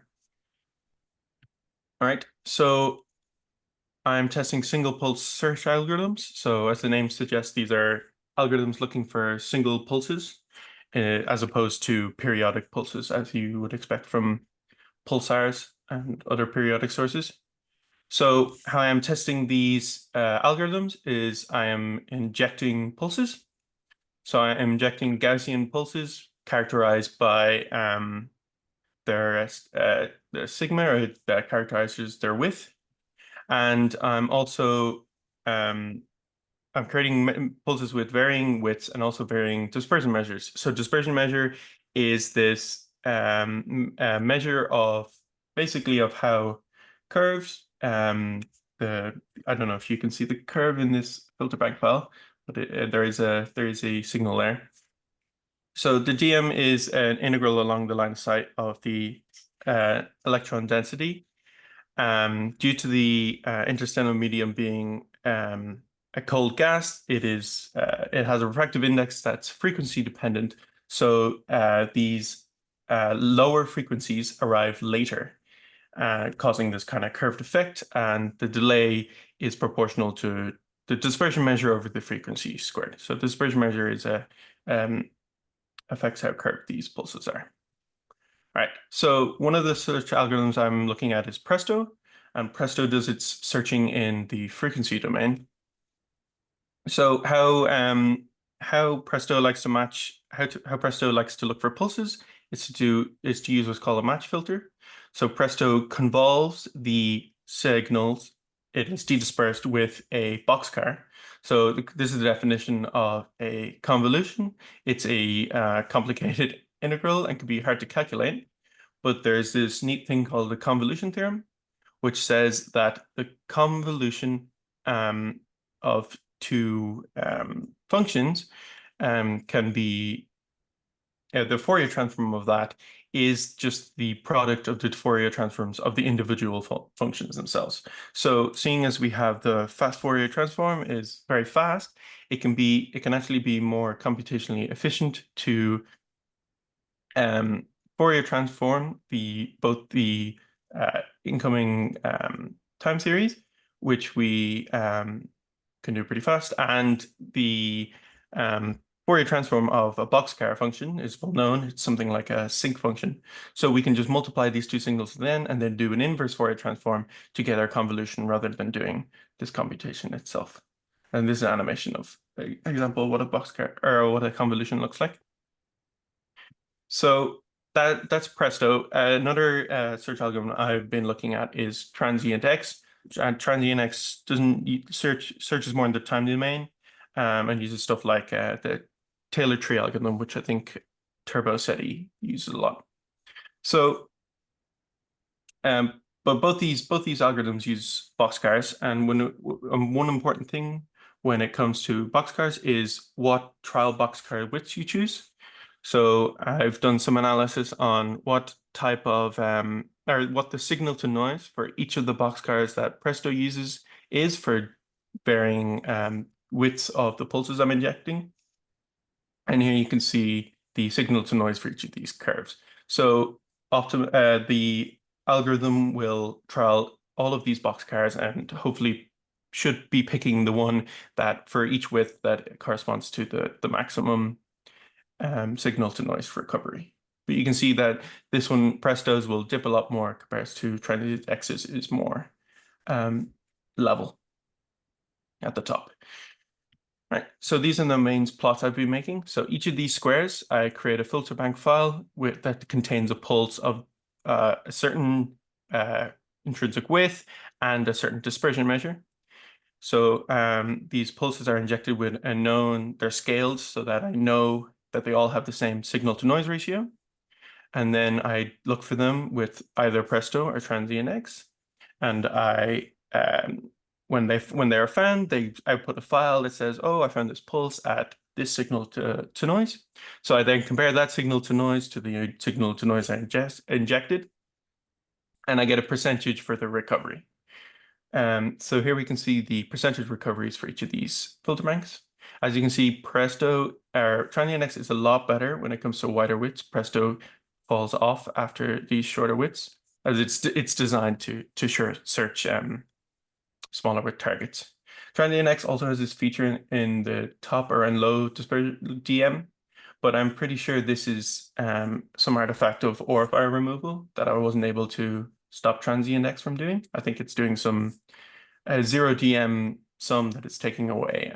It's designed to get rid of orify, seeing as orify have zero dispersion measure, but it's just affecting there. But other than that, Transient X is better at wider widths. That's what I found. I also made this cool plot. So each of these yellow dots is a pulsar that is being found by two particular surveys. The two surveys were Greenbank North Celestial Cap and Greenbank 350 megahertz drift scan. So the reason I'm looking at these is because both of these surveys, as outlined in the papers, use Presto software, and particularly single pulse search.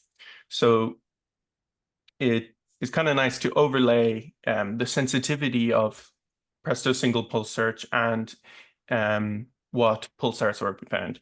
It's kind of hard to see, but you can kind of see that the density of pulsar found is kind of correlated with where Presto is more sensitive. Now there's a lot more software to Presto. Presto uses to find pulsars, so this isn't just totally indicative of what's going on, but it's interesting to see. So yeah, that's all for me. Thank you.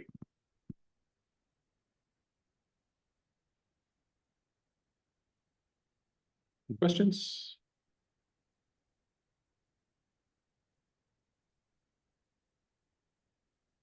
All right, well, we're back on time, so thanks, Thomas, for the presentation. We're going to take a short. Oh, so somebody with their hand up there.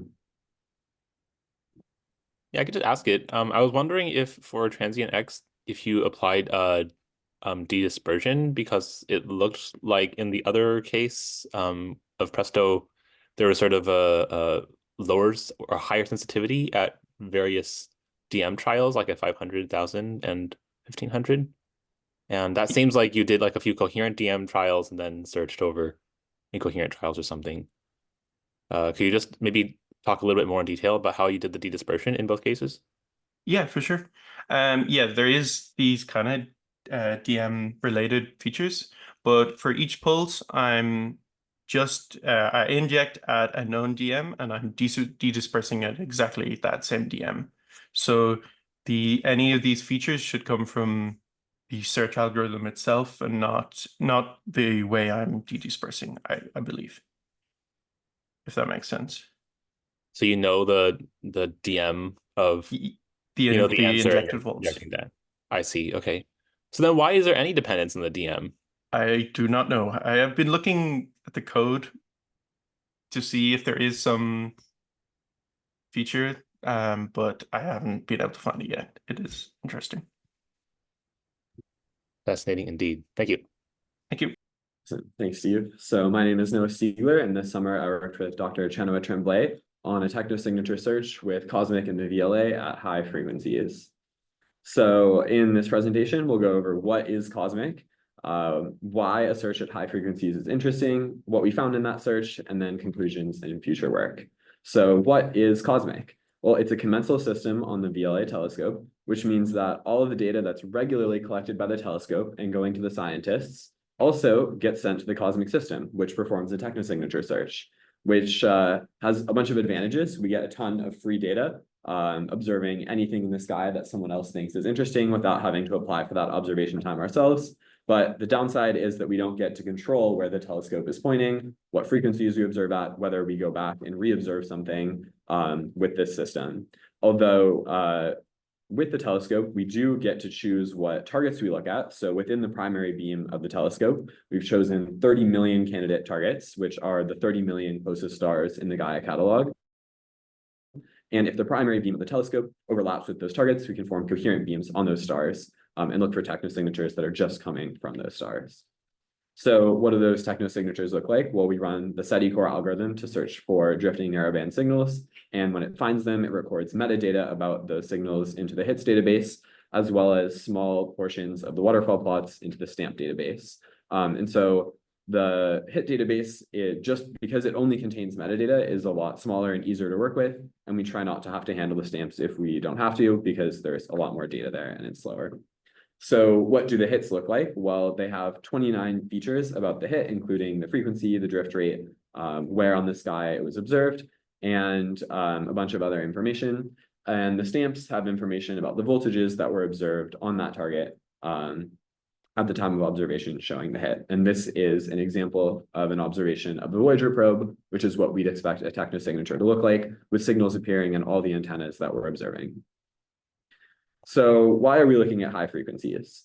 Well, the short of it is that no searches have looked at high frequencies before, which makes this region kind of interesting. So this work is looking at technosignatures that could be between 25,000 megahertz and 50,000 megahertz. and previous work has mostly focused on a region between 1 and 10 gigahertz. So it's this whole unexplored region of parameter space that could be interesting to look at. And so how did we search for the technosignatures? Well, we looked at 13 targets that we formed coherent beams on across the sky. Over the course of about 4 months, we had 10.75 hours of observation time, and this generated 2.9 million hits for us to search through for technosignatures.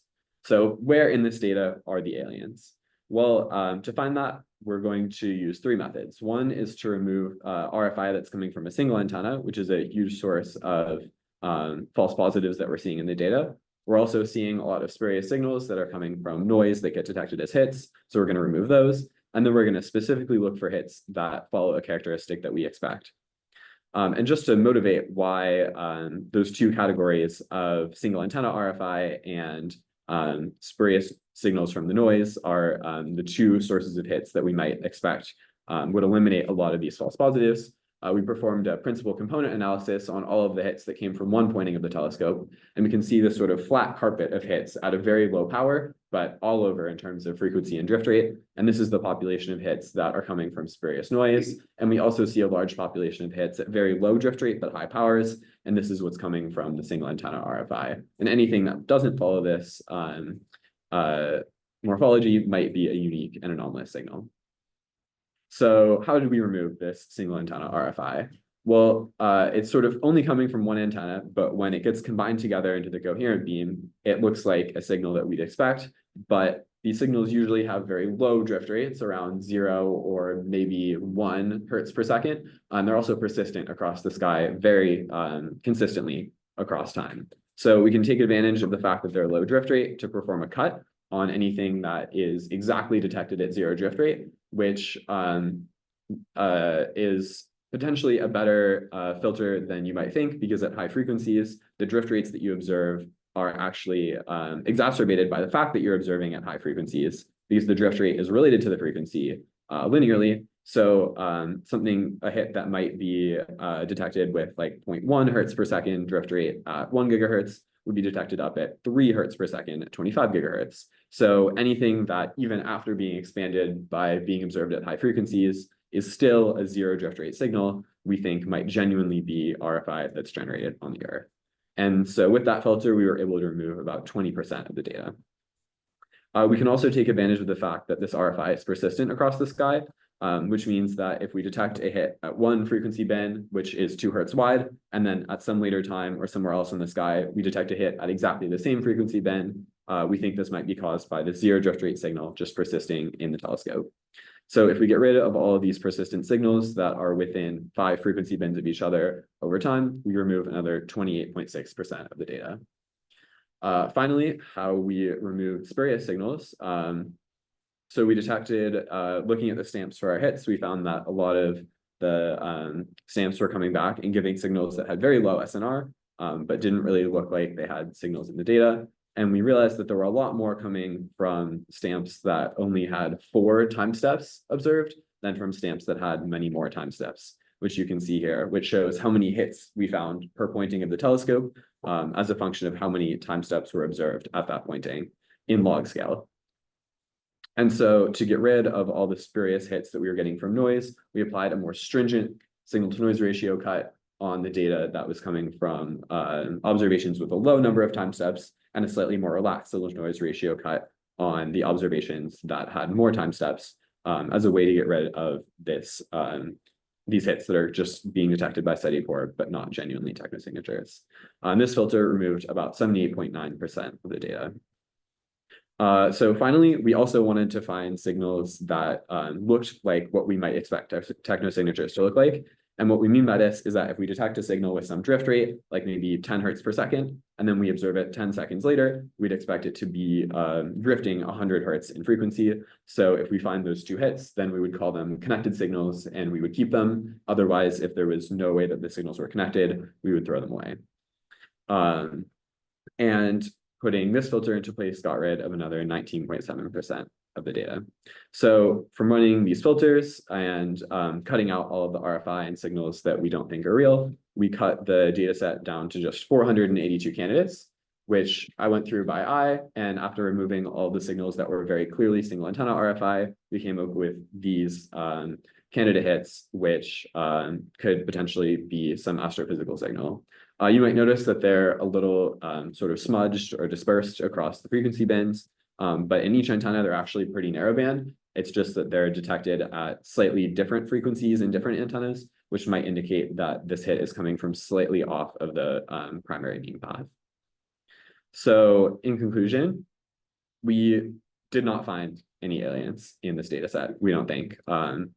But what we did find were some interesting things coming out of the telescope. For one, the single antenna RFI, which there might be future work to identify and remove, improving future science work, as well as the fact that our pipeline is generating spurious hits, which we could improve through several methods.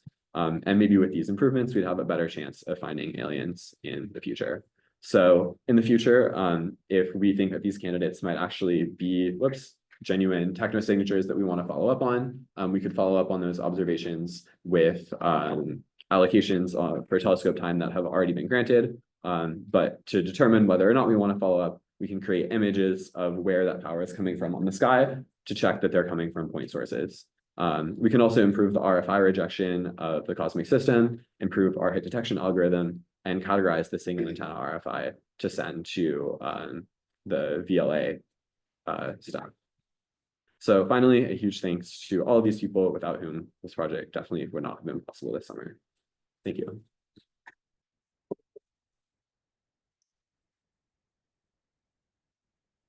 Thanks, Noah. Questions?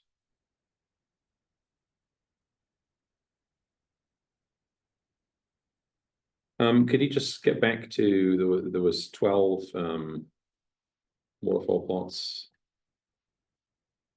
and this is one event from 12 antennas, or is this 12 different? These are 12 different events. So what do you think about the fact that they're all sort of similar morphologies? Yeah, I think this might be RFI coming from a satellite or something like that. They definitely all have similar drift rates, which is kind of interesting. And they were all observed from the same target around the same time. So it's potentially some on-sky source that was just picked up multiple times, although they were all at different frequencies. So that's kind of interesting. You know, the range of frequencies was. Yeah, I think I have that in my backup slides. We'll do the archive. Let's see. Might not be in here. Okay, you can tell me if this. Oh yeah, this was the range of frequencies. Okay, so fairly close. Yeah, definitely all pretty close together. Okay, thanks. Any other questions? All right, well, thanks, Noah. Then Ella is next.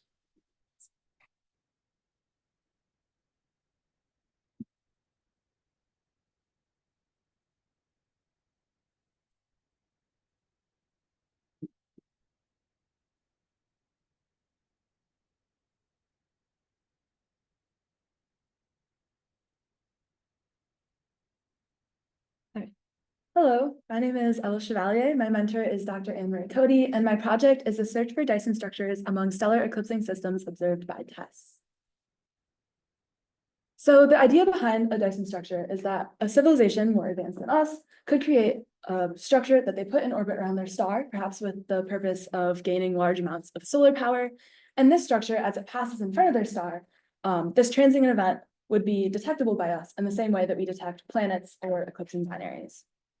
And so eclipsing binaries in particular, their main indicator is the primary and secondary eclipse. So as the smaller star passes in front of the larger star, that's the primary eclipse. And then when the larger star passes in front of the smaller star, that's the secondary eclipse. However, when these stars are of similar sizes, the primary and secondary eclipse can also be of similar depth. And so when this is the case, the line between eclipsing binary or something else could be a little bit harder to distinguish. So the purpose of my project is just to determine if these Dyson structures exist, could we differentiate between an eclipsing binary and a Dyson structure? And then more generally, can we go through the eclipsing binaries from the TESS database and then find things that are more anomalous and interesting for study research? So the first part of my project, which is also the majority of the summer, was looking at the long period light curves from TESS. And so these light curves over the 27-day observing period from TESS would have only 1 or 2 transits of equal depths. And so that's why we can model them individually without too much trouble. So before the summer, my mentor and their colleagues performed a machine learning algorithm on the TESS light curves and eclipsing binaries to find the anomalous light curves for eclipsing binaries, and then sorted them into 2 groups. So there was 181 eclipsing binary light curves, so things that we're pretty sure are actually eclipsing binaries, and then 902 candidate anomalous light curves, so things that are like eclipsing binary light curves that are a little bit more anomalous than usual. And so what I'm trying to do is figure out how we can reject some of these candidate light curves as eclipsing binaries, and then reduce the number of anomalous light curves that we want to look at further. So the first thing I did was fit an eclipsing binary model to the TESS light curves. And so this model has 5 main parameters: the time of eclipse, the stellar radius ratio, the stellar flux ratio, the speed factor, and impact parameter. And then I also added a linear fit to this model to account for any variability from the star itself. And this added 2 more parameters: the slope and y-intercept of that line. And so once I fit the model to the data, I calculate the chi-squared to determine the goodness of fit. So the lower the chi-squared, the better the eclipsing binary model fits to the data. And so then I also looked at the symmetry of the eclipse, because one thing that might make a light curve more anomalous is if it is asymmetrical, because eclipsing binaries should be relatively symmetrical. And so to do this, I folded the eclipse at the central time. So I took, like, say, the left data, folded it onto the right, and then subtracted the 2 fluxes from each side at the same time. And then I compared these residuals to 0, because for a perfectly symmetrical object, the flux at equal times opposite from the center, subtracting them, you should get 0. So I also calculated a chi-squared with respect to symmetry. So the lower the chi-squared, the more symmetrical the object. And so this leads to the question, what chi-squared constitutes a good fit? So at what chi-squared can we say this is low enough that we're going to reject it as an eclipsing binary, and then above that we want to keep it as something that's anomalous? And then also, what would the chi-squared look like for light curves that are not eclipsing binaries? So to answer these questions, I applied the 2 metrics, the eclipsing binary model and the symmetry measure, to both actual eclipsing binaries, and then also injected light curves that were created by the past intern, Dana Yaktanko. So these injected light curves were created by modeling a variety of different shapes, such as circles, squares, triangles, and also random shapes, passing them in front of a star, and then modeling what light curve resulted from that. And so, as you can see here, here are the eclipsing binary model fits on both an actual eclipsing binary, and then also a really weird random shape. And you can see that the model had a much lower chi-squared for the eclipsing binary, as we expect. And then same for the symmetry metric. You can see that for the eclipsing binary, it's much more symmetric. And then for this random shape, the injected light curve is definitely asymmetric. And so this just shows how these metrics are working against something that is an eclipsing binary, and then something really, really wacky. Although I should point out, for some of the other shapes, like circles, triangles, and squares, the chi-squareds could actually get low enough to be very close to the eclipsing binary. So the line was not as clear as it might seem from these pictures. So the next step was to determine that chi-squared cutoff. And so we used the 181 eclipsing binaries, binary light curves sort of as a control. So we ran the eclipsing binary model and symmetry measure on this set. And the results are shown on this picture to the right. So on the y-axis are the chi-squared for the eclipsing binary model, and then on the x-axis, the chi-squared for the symmetry metric. And we decided to mostly focus on the eclipsing binary model chi-squared, and then save the symmetry metric to look at when we find some things that are more anomalous. And so we decided to use the 1 sigma value for chi-squared, and that's given by that red line there, just to be conservative so we don't rule out anything that's potentially interesting. And so for this data set, it turned out to be 2.35. So that's what we use as our chi-squared cutoff. So next, I ran these metrics on the set of 902 anomalous candidates, and then rejected candidates with a chi-squared for the eclipsing binary model less than the 1 sigma value, so less than 2.35. And so through this process, I rejected 48.8% of the candidates as eclipsing binaries. And so the next part of my project, where just for these past couple of weeks, has been looking at shorter period light curves. So these are light curves for which over the 27-day observing period from TESS, they have many, many transits. And so it's not possible to go in and model each transit individually like I did for the longer period ones. And so the first step for this is to go through like the TESS, a wider range of TESS light curves and find things that are fading and periodic. So without going into too much detail, these features such as MSAT, AStat, and amplitude have already been calculated for the TESS light curves. And so we're just trying to select things that are fading, so an MSAT of greater than 0.25. And this just means that light curves spend like a significant amount of time like below their like normal brightness value. And then AStat above 0.2, so the higher the AStat, the more periodic the light curve is. So we want things that are periodic. And then an amplitude of greater than 0.03, that's also just the depth. So we want things that have like some depth to them, so they have transit events. So on the top is something that we'd want to keep. There's it's kind of hard to tell because the period is so short, but you can see there's multiple periodic transits. And then on the bottom is something that is not very interesting. There's nothing of any really depth there. So once we have light curves that are both fading and periodic, we want to search for the best fit period. And so I've done that using phase dispersion minimization, or PDM, with the Astrobase Python module. And then once I have the best period, create a folded light curve using that period. So these images on the bottom, on the left, you have just the normal light curve. You can see there's periodic dips. And then in the middle is the periodogram created with the PDM method. So the period is on the x-axis, and then the power is on the y-axis. So the higher the peak, the better that period fit. And so for this case in particular, the best fit period was 0.79 days. And so the folded light curve is there shown on the right. And so this folded light curve, you can see there's a very clear primary and secondary eclipse. So we would reject this as an eclipsing binary. So I've created an algorithm to find the best fit period, create the folded light curve, and then count the number of peaks. And so if there's 2 peaks, that normally corresponds to a primary and secondary eclipse. So we would reject it as an eclipsing binary. So in conclusion, I've looked at both long period and short period light curves. And then for the long period light curves, I created an algorithm to sort through a list of candidate TESS tick IDs, and then sort them into things that are rejected as eclipsing binaries, and then things that are remaining as anomalous candidates.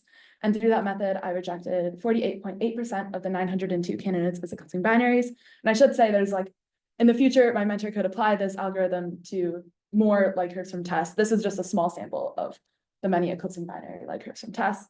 And then for the short period light curves, I created an algorithm to find the best period, fold the light curve, and count the number of peaks. And this is still a bit of a work in progress, but we'll use that to reject light curves with 2 peaks, since those are eclipsing binaries. And then there's further analysis that would happen in the future.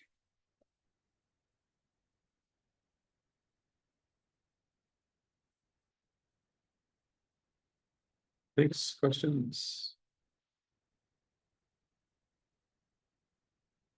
So I'm curious, you draw this line between things that are kind of normal eclipsing binaries and things that are still potentially anomalous. So you're going to find sort of some, I guess, weird eclipsing binaries.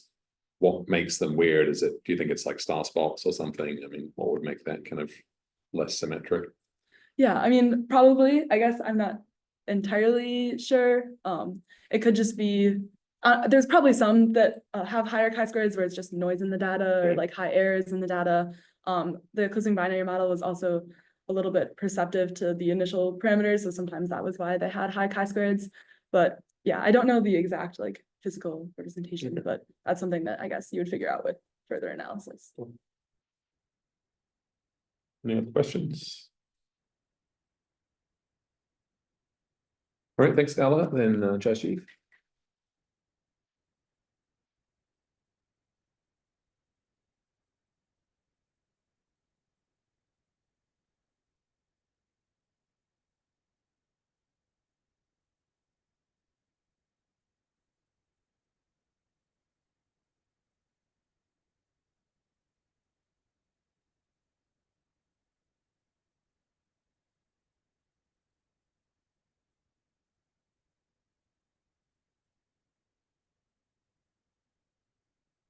It says my sharing is paused.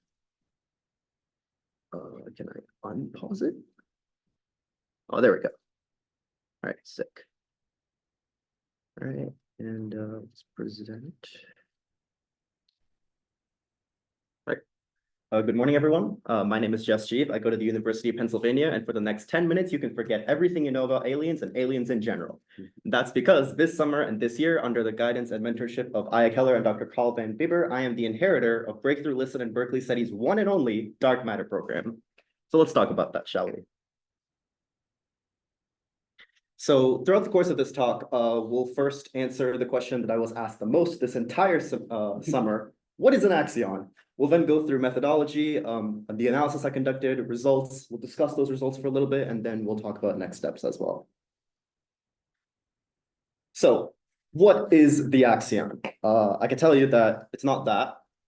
It's not that. It's not that either. Unfortunately, it's not that. It's not that.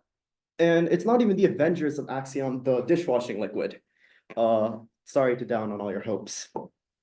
Let's talk a little bit about quantum chromodynamics, QCD, and dark matter, DM. So in QCD, we have something called the strong CP problem. And in a vast oversimplification, it says that given a system of particles, if you invert both the charge of those particles and their parity, meaning their position in space, physics should run the same. And in the weak force in quantum chromodynamics, we've seen this symmetry to be violated. But in the strong force, the weird thing is that QCD predicts it to also be violated, except we've never seen it violated. So hence the strong CP problem. And if you're familiar with classical mechanics, you'll notice that this is the Lagrangian, which is just a measure of the state of a system. And it has two components, the invariant component here and the violating component here, where the violation is of CP symmetry. Now, theta is just a parameter that we attach to the violating component here. And if it's non-zero, that means the violating component of the Lagrangian would exist. So then you have a CP violation, which is bad because loads of different issues of QCD. So we need it to be zero. Now, the first step that particle physicists took was fine-tuning, which is basically, we want it to be zero, so we're going to make it zero. Why? We have no clue. That's also bad because there's no motivation behind that, and it leads to a bunch of different errors in calculation later on. So then the second amazing approach was, okay, let's just devise an entirely new field alpha of x called the axion field. And this is surprisingly good because fields are something we can deal with. So it was posited to solve the strong CP problem, but later on, we also found out that it might be a viable candidate for dark matter, or DM. Firstly, it's ultralight. And the reasoning behind this is that at the scale or the decay constant that axions are posited to have, given by f sub a here, the mass is inversely proportional to this. And this decay constant is quite big. So that leads the axion mass to be really, really low. On top of that, because it has to dynamically cancel out the violating component of the Lagrangian, it has to be non-relativistic under QCD. It also has to be stable because, you know, it can't be unstable. And it's weakly interacting. Why? Because we haven't seen it interact with anything. So, yeah.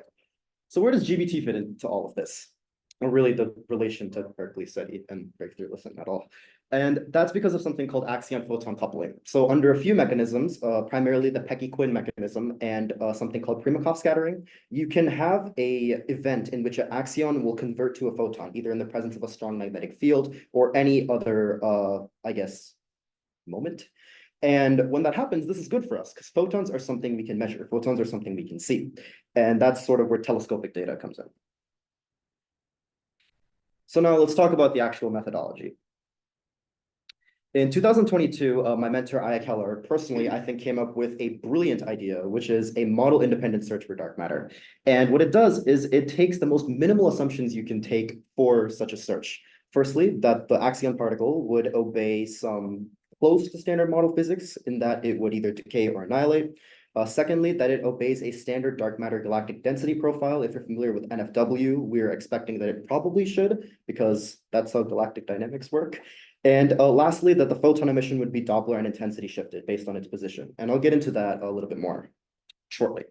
So then we go to the green bank data. This is a huge data set within the theorized frequency limit. Based on the mass that we expect from the axion, as well as its photon coupling, we expect it to be detectable in the radio frequency spectrum. And GBT is, I mean, that's its kind of its purpose, you know. And so the L and S band analysis we've already done, but the C band is also comprehensive. You'll recognize here that this is a Mercator plot. And this is of all the C-band splice data that exists in the GBT. So you can see, except for the portion where GBT can't see, it's quite comprehensive throughout the entire galaxy, which means we can treat it as a representative sample. And then lastly, we have something called the asymmetry analysis, which is sort of the bread and butter of this entire search. And what it says is, going back to the Doppler shift, if we create sort of like two cones here based on the movement of the sun and the galaxy, then you can have something which is like a forward cone and then a backward cone. So we would expect that if a signal is coming in here, it'll have a higher power, which you can see here because it would be blue shifted. And then as it leaves us, it would have a lower power because it would be red shifted. And then on the other hand, we also have something called an intensity symmetry, in which we would expect that, okay, if we're looking at the galactic center here, then we would expect the signal power to be peaked at the galactic center. Then as you move away from it in values of phi, it would decrease. And these are real plots from the C-band as well, so we know it works. So let's talk about the actual analysis. The analysis this summer was primarily broken down into, that looks horrible on there, I'm so sorry, but it was primarily broken down into these steps. So firstly, I constructed a data table of all the C-band data that exists in the GBT. This includes a DM profile density calculations, where it is in like 3 different coordinate systems, and so on, just normal data. And then we move, oops, I need to go back. We'll get there in a bit. Then I spent a little bit of time removing the polyphase filter bank structure. I'll talk a little bit more about that. Then we downsampled and flattened the data. We injected synthetic Gaussian signals because they're simple. I wrote a novel normalization procedure, and then the big chunk of time, not only in processing time, but also effort, was constructing the asymmetries and templates. And then finally, I conducted some p-value tests. And I'll talk a little bit about some portions of the analysis. So these 3 things here comprise what we call pre-processing. Firstly, we have PFV removal. If you're familiar with GBT, you'll know that it has its power spectra come in the polyphase filter bank repeating structure. This is very nice for us to conduct our analysis in. So sometime in the past, I couldn't find the date on his notebook, the amazing Dave McMahon computed the response of the PFB in Julia. So I learned Julia to write a script to remove it, but it was a fun experience nonetheless. So once we had our PFB removed structure, we had a power spectra that we could actually deal with, and you can see it in the orange here faintly.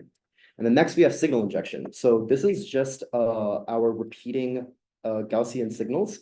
And you can see that it's a good way to check whether our signals are actually obeying what we expect them to. So at a high phi, we expect it, or at a low phi, sorry. At a low phi, which means closer to the galactic center, we expect it to be stronger, and we can see the power for the blue signals is higher. And then at a high phi, which means further away from the galactic center, we also expect it to be weaker, and we can see that here as well. And then lastly, some optimal normalization. When we normalize our data, we essentially take a window that covers approximately the width of the Gaussian signal, and we normalize it such that everything, including the noise, is at 0, except for the signal itself, which would be peaked. However, we found that as the band frequency increases, the normalization must also be changed. Otherwise, the signal-to-noise ratio is affected. So you'll notice it's a little bit faint to see here, but this wonderful little 3D plot has a maximum here. And this maximum not only maximizes the signal-to-noise ratio of one signal, but 2 signals within a, I think, 180 megahertz range, and it's around 83. And not only does it maximize the signal-to-noise ratio, but we also found that using an optimal window size of 83 also reduces the standard deviation of the noise, which is really good for us.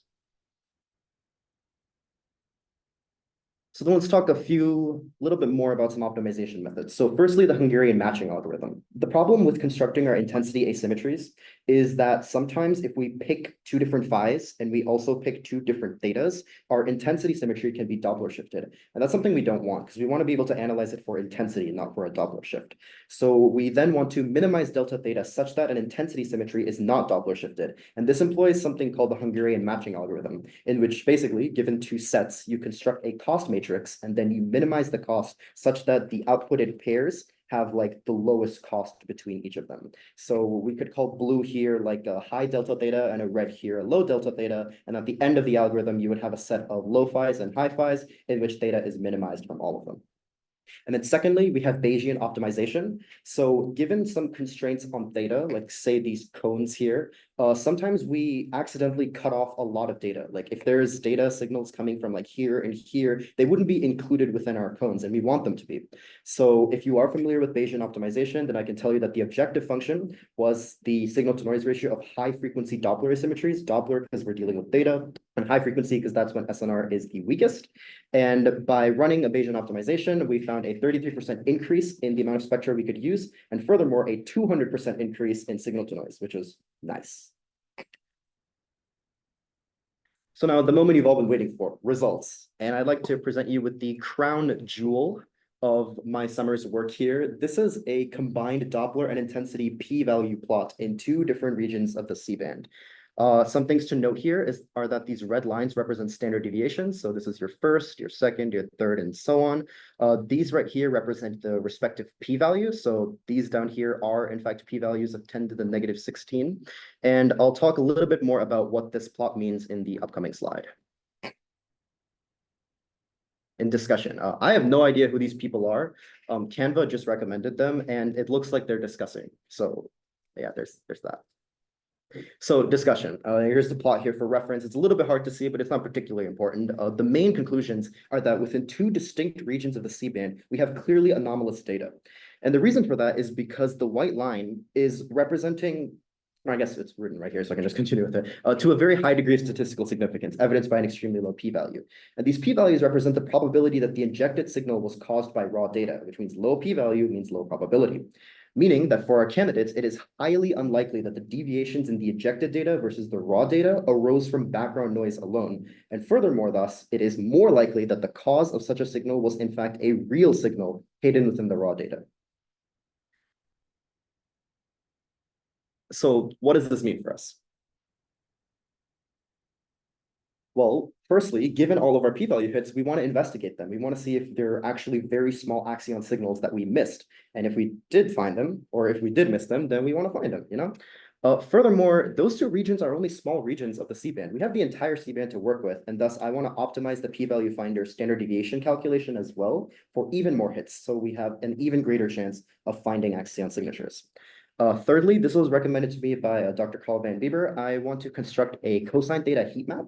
I've been told that it assesses data quality, identifies potential galactic molecular lines, or could even find camouflaged axions. And this is an example here. So I'd like to recreate that. And then lastly, I'd like to obtain even more data because we always like more data, perhaps from the Parkes Observatory. And then I'd like to conduct the entire analysis for the X-band. Once these top 3 points here are finished, then we'll have an optimized and new, I guess, running analysis script that we can then just repeat on the X-band and have it done like within a week. And that is all. Thank you very much. Thanks. Time for one quick question. When you were talking about window size for calculating SNR values, and you said 83, is that a unit of hertz or multiple thereof? It's a unit of points. So within the normalized power spectrum, it's like indices. Okay, like pixel values on your Yeah, power yeah, spectrum. yeah. What, sorry, what kind of bandwidth does that correspond to? Well, it's your resolution is fine frequency data? Or- Yeah. Okay. Yeah. I don't know the exact calculation, but I'll let you know in like 2 minutes. All right, thank you. Let's move on to Kaya.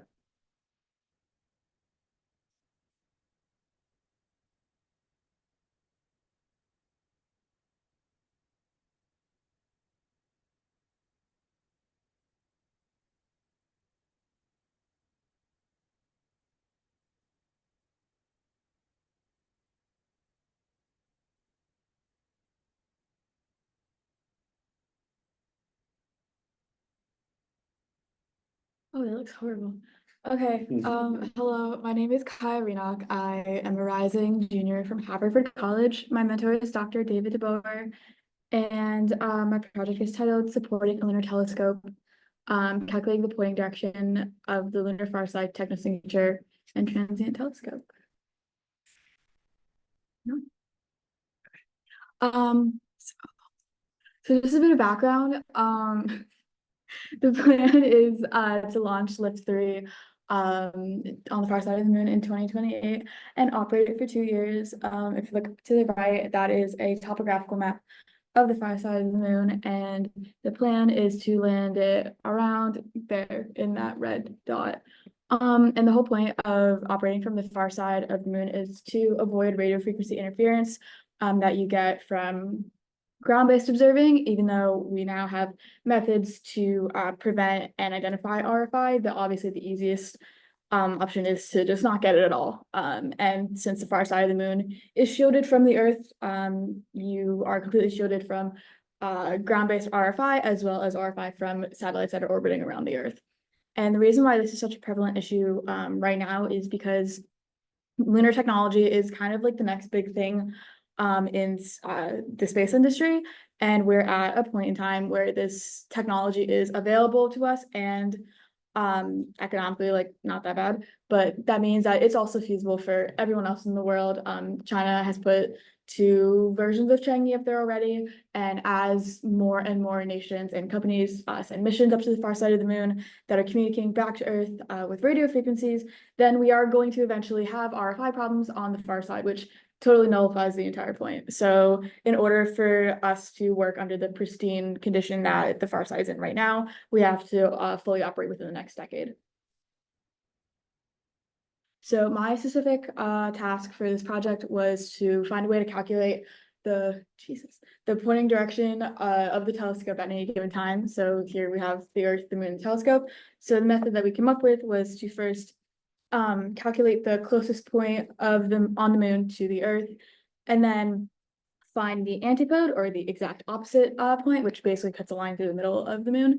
And then since we know the telescope's landing coordinates, then we can find the angular offset of the telescope to that antipode. You'll notice that a key point in this method is the closest point on the moon to the Earth, or the sublunar point, which isn't always 0, 0 in cylindrographic coordinates due to varying velocities throughout the moon throughout its orbit. These are called librations. It's the way that the face of the moon that faces towards us kind of wiggles a little bit. So we needed a method to be able to calculate this. So what we came up with was a sort of grid method where you take the 0, 0 cylindrographic point, which is the average sublunar point, but not actually is never that at any given time. And then you take a grid of points around that center point, and then you calculate the distance from the center of the Earth to one of the points, and then the distance from the center of the Earth to another point, and then another point, and then you keep going on, and then the point that corresponds to the smallest distance we would then consider the sublunar point. So plotted out, that looks like this. And then our original plan was to take this and then interpolate in between those points, and then access that data throughout the operating period using a lookup table. But then we figured out that JPL Horizons actually does this for us. But it's still really useful to know that we agree with them, mainly because throughout this whole summer, I know all the Berkeley interns have been hearing about the issues that we've been having with JPL Horizons, mainly the discrepancies between the output of the JPL Horizons command line interface and the Python interface. So it's great to know that we agree both for just, the accuracy of the data we're using, as well as to verify our understanding of this project and what we're attempting to do. So using that and then using the whole angular method and putting this all together, we were able to calculate the pointing direction at any given time. So the top graphs are throughout June of 2028, and then the bottom is through all of 2028. This is very possible. It is reasonable. It's what we would expect to see, which is great. So now that we are able to calculate this, the next thing that we were able to do is put together a plot of the important sources that we'll be able to see over 2028. So this is a map of the galaxy from the global sky model. That looks like on the screen. And then the black line is the trajectory of the darkest middle black line is the trajectory of the telescope's pointing direction through the galaxy over 2028. And then the yellow is the sun, the red is Jupiter, the green, which is in the middle right, which was a horrible color choice, but I was running out of colors, is Alpha Centauri. And then all the white X's are stars within 10 parsecs. And then this is all adjusted for the visibility of the telescope. So that's why you only see bits and pieces of the sun and Jupiter, because that's, when it'll be able to see it. And that's also why there's such an empty space in the top left, and then the bottom right smaller space is because those are the upper and lower boundaries of the telescope's view, which is plus or minus 60 degrees. So now that that's all done, the next steps for me at least are to, number one, write up all my progress and results in a Jupyter Notebook report, and then to incorporate this into a full phase A proposal so that we can eventually launch the telescope.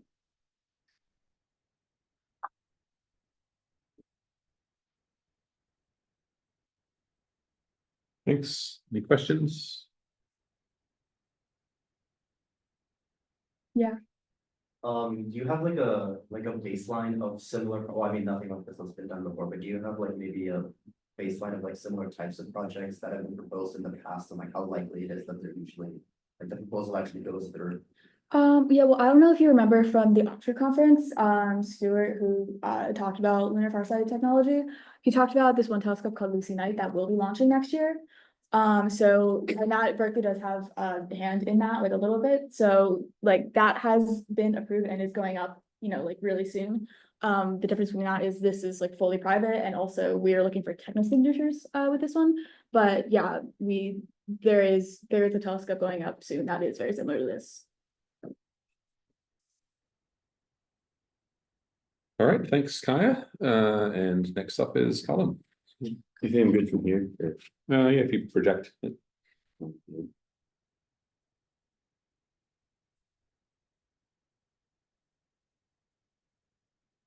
right, hello everyone. I'm Colin Rush. I go to Ohio State University. I've been working with Dr. Well for all this summer on RFI mitigation at the Allen Telescope Array using spectral kurtosis. So I'm going to go over again what kurtosis and spectral kurtosis are. If you have a distribution like a normal distribution, this kurtosis is the measurement of its tailedness. And when you take this in the Fourier space, it's spectral kurtosis, which is the same thing, measurement of tailedness, with the normal distribution being normalized to 1. And it's a useful statistic for finding out how close to a Gaussian a signal is, because it's essentially like an outlier detection statistic. And so the higher, the more outliers there are, the more extreme the outliers, and the higher kurtosis will be. And so this is useful in the astrophysical context because the RFI is usually extremely non-Gaussian, and your natural astrophysical signals usually a Gaussian state. And so there's been a application of RFI detection using spectral kurtosis at Chime. And then last summer for the RU, there was a student who did a tool for cosmic using RFI detection using spectral kurtosis. And so just to get into this a little more, I just have some examples of what high and low spectral kurtosis distributions look like. These top two plots are, again, just normal scale. This is log scale on the bottom. And you can see, you know, the presence of these outliers bumps the spectral kurtosis up. You know, the shape is pretty different here near the peak, but these outliers, like, you know, increase the spectral kurtosis like 10 times. And so this is actual data. This is actual ATA data with the blue distributions containing RFI and the orange not. And as you can see that there's definitely a big difference when there's RFI. And just for comparison, there's two normal distributions. We find that these are close to 1 in spectral kurtosis. And so after we determine, you know, channels have, or we're using RFI, yeah, spectral kurtosis to detect RFI. And so at the ATA, we have the data coming out of is voltage measurements. They're channelized into 500 kilohertz wide frequency bins. And they come in as complex numbers with roughly Gaussian, with a center at 0 and a standard deviation of 16. And these are separated by antenna and by polarization. And so for each antenna and for each polarization, we take some time interval, and for each frequency channel, we take some time interval over which to perform a kurtosis measurement. And then we choose a threshold. This plot on the right is what spectral kurtosis values come out for normal distributions or simulated normal distributions. And so beyond some threshold, we can be pretty certain that the signal is non-Gaussian. And so we choose some time interval to perform kurtosis over. If it's beyond the threshold, then we can pretty safely eliminate it from the data. And so for this, we've been using 3 or 4 sigma. And we find that there is definitely this correlation between you know, RFI in the data and high spectral kurtosis beyond the threshold. I have a comparison here of a waterfall plot. So it's not really a waterfall plot. We have time going off to the right. But we can see that there is some correlation between what we would, you know, expect to be RFI and then high spectral kurtosis values between these two. And so another example of that is, this is pulsar data.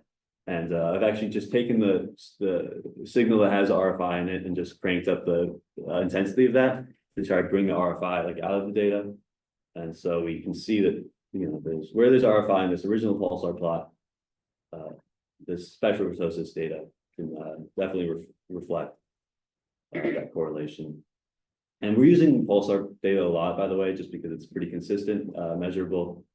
And so if you're not familiar, this, rather than this being time, it's the phase. And so we're just say this is like 1 second of a period, then we're just stacking these frames on top of each other, but you'll see a couple more of these in the presentation. So after we've determined that something is RFI, we're looking to replace it, remove it from the data. And so what we ideally want to do is replace it with appropriate background noise to sort of blend it back into the background. And so we came up with a couple of methods of doing this. A favorite of mine was replacing the distribution by sampling a nearby mean and standard deviation of a channel of polarization antenna not affected by RFI and generating a distribution of that. Another idea we have is just sampling like the first couple seconds of data and just taking the mean standard deviation of that and smoothing it out, generating distribution from that. But whatever we do is we generate some replacement distribution. We find the periods affected by RFI, and we replace the RFI data with a normal background. And so the goal here is, of course, to hide the RFI in the data and boost the signal to noise ratio. And on the right, I just have a plot where I've done this. This is one frequency channel, and we can see that there's these peaks. And then after we take the high spectrum ptosis and replace it, we've reduced the intensity of this and reduced these extreme outliers due to RFI. And so here's the actual system in action. On the left, we have the original data, original pulsar plot. On the right, we're just replacing RFI with a normal distribution standard deviation 16. And you can see that we've sort of reduced. We've definitely brought up the signal to noise. We see that we can see some more. It's brighter. There's more structure to our signal, and we've kind of cleaned up the RFI a little bit. There's definitely improvements to be made, especially up here in this like 1090 megahertz area. But another sort of better system we use is replacing with the nearest mean standard deviation. See, this looks a lot cleaner. In this case, we've actually bumped our signal to noise from 50 to 60. And so there's a pretty good improvement there. I just have some more examples of the same thing. This is replacing with the standard deviation, normal distribution standard deviation 16. We see we definitely have made an impact here on this band. And this is the same thing, also replacing with the nearest. The SNR increase is not quite as drastic here, but we're definitely making improvements. And then, this system can be fine-tuned and iteratively improved on. But as a final result, RFI detection replacement using ptosis can definitely effectively reduce RFI and increase the signal to noise in ATA data. And so what we want to do moving forward is just fine-tune the parameters for RFI detection and replacement, see what we can do, how we can improve on those results. We want to eventually put this into like a real-time implementation of the pipeline. So as soon as the data comes out, it can be spectral ptosis to remove the RFI. So we want to translate this onto the GPU, see how fast we can get it, see if we can implement it in that way. We've only tested it with the beamformer. We also want to test it with the correlator, and we want to design this in a way that can be easily improved on and easily monitored for effectiveness. And that's all I have. So thank you very much.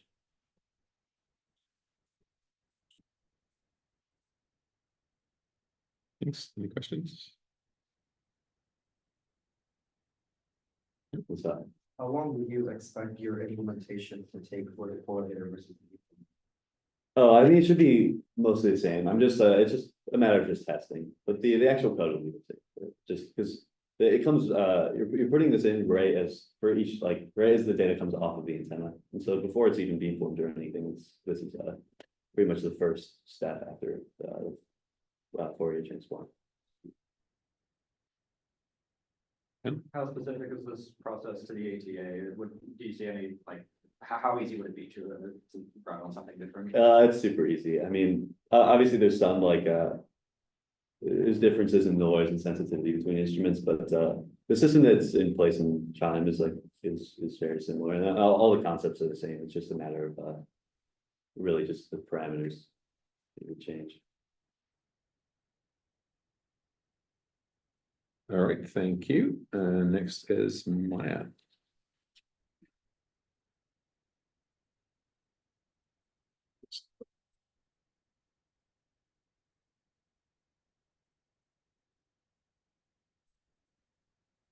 Hi, my name is Maya, and I'm a rising junior at Vassar College.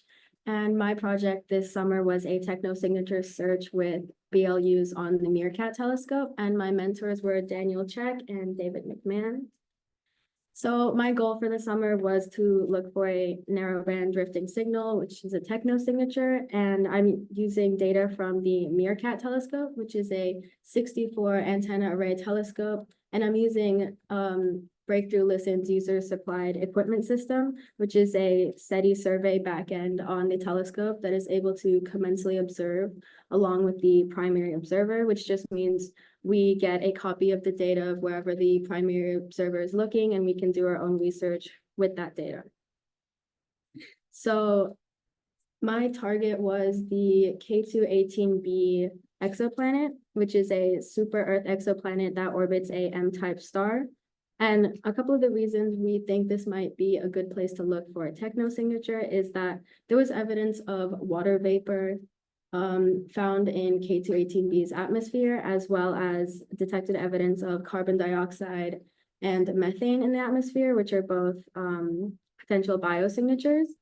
And some of this data has been interpreted as indicating a water ocean or possibly a magma ocean with a hydrogen-rich atmosphere, which is also conducive to life.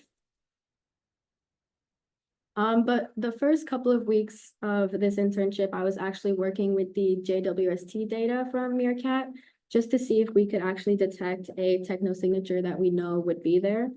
And so on the left is a plot of frequency versus beam number and colored by SNR. And so you can see that there are these missing hits where we expect the JWST to make a fairly high powered SNR hit.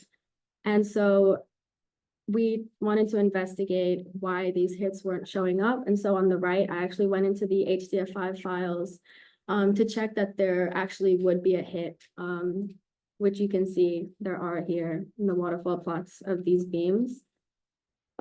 And so the next thing that we did was try and solve this issue. So we actually went into the HDF5 files and normalized the data by dividing it by the highest data point or the highest power. And then we put this back through SETI core, and on the left you can see this done on the selected beam 0, 6, 7, 8, and 40. And you can see that the hits were actually able to be found after we did the normalization and then put it back through SETI core. And then on the right is just another plot showing the same thing again, and the black circles are the hits that were found after normalization that SETI core was not able to find before we did this. And then the second thing that I looked at was the beamformer.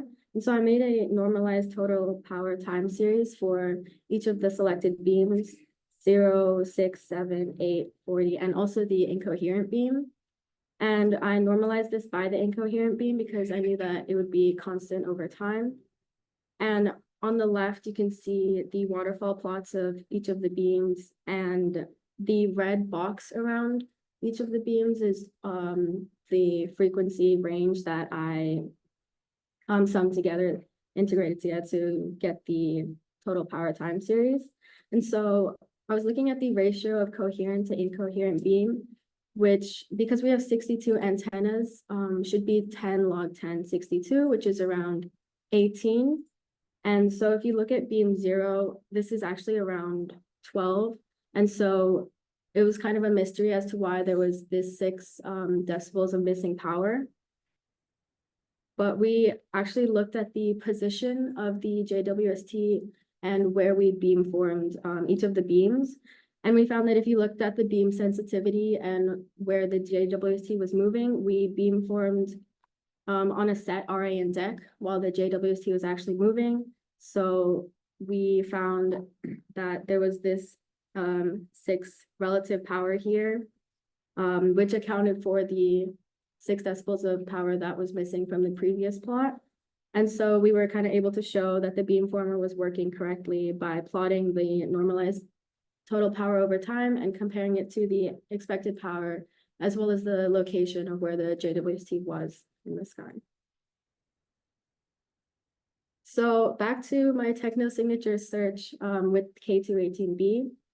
Meerkat has done 3 observations of K218b, and I was looking at the first observation, and we ran SETI-core across all of the ultra-high frequency subbands, and we found 58,000 hits, which is a lot to go through. So I just kind of graphed the SNR frequency and drift rate versus frequency, and then took a look at some of the anomalous clumps of data. So one here is the +6 and -6 drift rates at the same frequency, which is kind of interesting. And then also a clump up here, which had a super high SNR, like away from all of the other hits. And so this is around 950 where we saw like this big group of hits.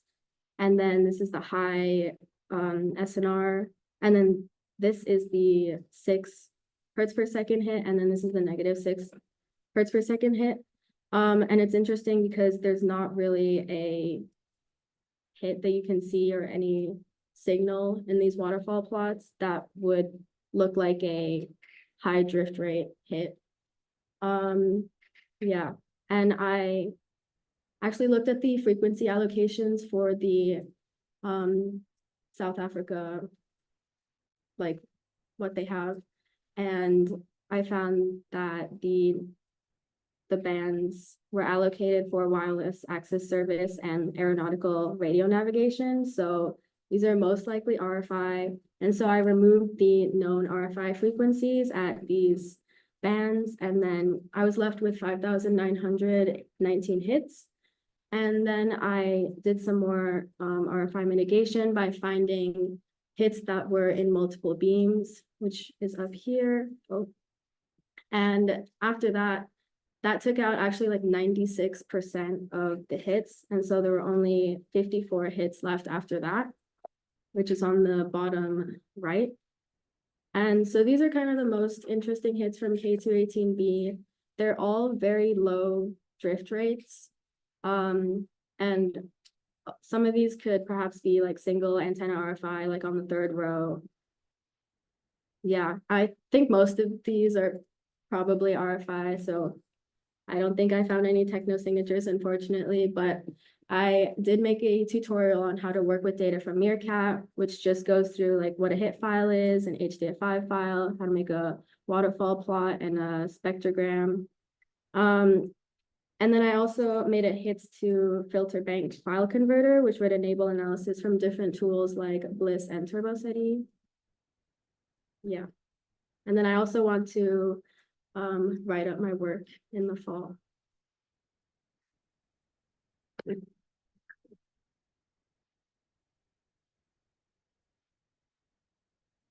Questions?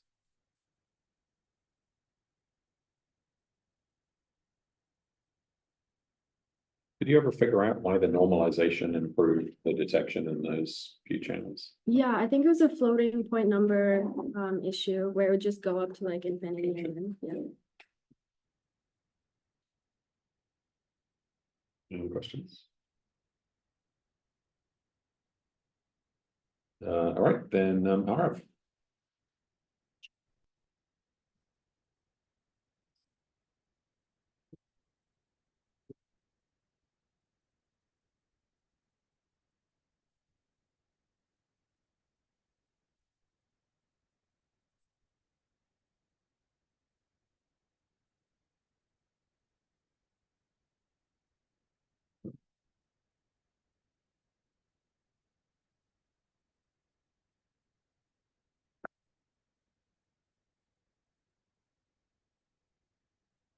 Okay. So hello everyone, my name is Arav Santake. I'm working with Dr. Americo this summer. I go to St. Francis High School. And so this is my project, coming through data sets for anomalies and light curves and potential Dyson megastructures. It sounds pretty cool. But, okay, yeah, I'm pretty excited to present my findings and everything. But first, like an outline of my project. So basically what I was doing is kind of like, I had these really big data sets of TICs. And I just had to kind of comb through them and then try to find light curves that were interesting enough to potentially be like looked at further. and then recording them in like this really big Google Sheets that I had. And of course, I had to run all the light curves like through a model. I had to plot them in different sectors and like different pipelines. But yeah, it was a lot of that. And so specifically, what kind of light curve am I looking for? Well, like, since it's like we don't really know what an alien society would build around the star, it's like just we're just looking for anything weird, anything like abnormal. So yeah, that's kind of what I was doing. So just like as an example, here's like kind of some of the interesting stuff that I found. But on the next slide, you'll see it's just like kind of red herrings. So here we have like this really weird signals. And towards the bottom, there's like this one light curve, and then it looks kind of like a disintegrating planet, which have been found. Here's a research paper on them. But then when I like ran them through a model or like plotted them in different pipelines, like it just ended up being like pretty flat and pretty normal. So probably it was just probably contaminated. And that's like an example of a case of what's kind of happened to a lot of light curves in the data set. But even if a light curve is able to kind of pass that, I also have to run it through a model that was sent to me by Dr. Emery Cody. And the model has an aperture mask that has linear regression and also just checks for contamination. So here's an example of what the model does. I don't know if it's like really easy to see, but the blue line is kind of like this graph above. It's like what it was before. And the red line is after, or right here. And you can see it just kind of like cleans it up a little. That's just an example over here of what the model is doing. But okay, so this is like another just a fun example. I thought was pretty cool. But you can just see how different like these three light curves are. This one was really interesting. I thought it was so cool and I got hooked, but then it just ended up being kind of fun over here. And then I tried zooming in, but then again, nothing like too consistent. Okay, so yeah, as I said, the next step is always using a model. And the thing about the model is that there are a lot of things I had to adjust, and that kind of took up a lot of my time, just kind of like configuring the model and setting it so it kind of like fitted a lot of the light curves that I looked at. So if like the PCA levels were too high, then it kind of ruled out everything, and I didn't want that. So working with the model like kind of took a lot of time, but it was worth it, obviously, to clean up all the stuff. And so at the end of the project, like I did find some light curves which were able to kind of pass all the checks, in different pipelines in different sectors, and also after being ran through the model, they were all pretty interesting. Of course, like there's like so much more vetting to be done before it can be claimed as something too interesting. But some of these, like I thought they might be EBs, but I thought it might be worth a second check. Like this kind of rectangular shaped, I haven't really seen that before. Or like these like very periodic kind of dips. Although this just might be normal. I'm not too sure, but it was like consistent, so I was happy to see that. And yeah, these also rectangular shaped dips. So there are like some like these, and I was able to kind of send them forward. And yeah. So in the future, looking back, like there was a lot of stuff I could have automated, and also like if I had fine-tuned them, if I like fit the model a bit more before, I think I probably could have like gotten a bit more done, because it took a while to kind of process all that. But like, okay, what about the future? So of course, like running through more data sets, I can cover more now because I'm like kind of used to it. And then also like all the weird contaminated stuff, like the star I thought was like a disintegrating planet. Like I can just look at that and see where which source it's coming from, because it might also be something interesting from. But yeah, and then of course vetting the LCs that we found that were consistent through everything. So yeah, kind of short, but that kind of concludes my work over this summer. So thanks to everyone at SETI, thanks to all the interns. It was really fun working with you guys and spending time with you at Berkeley. And then thanks to Steve, and then thanks to Dr. Emery Cody for being a mentor.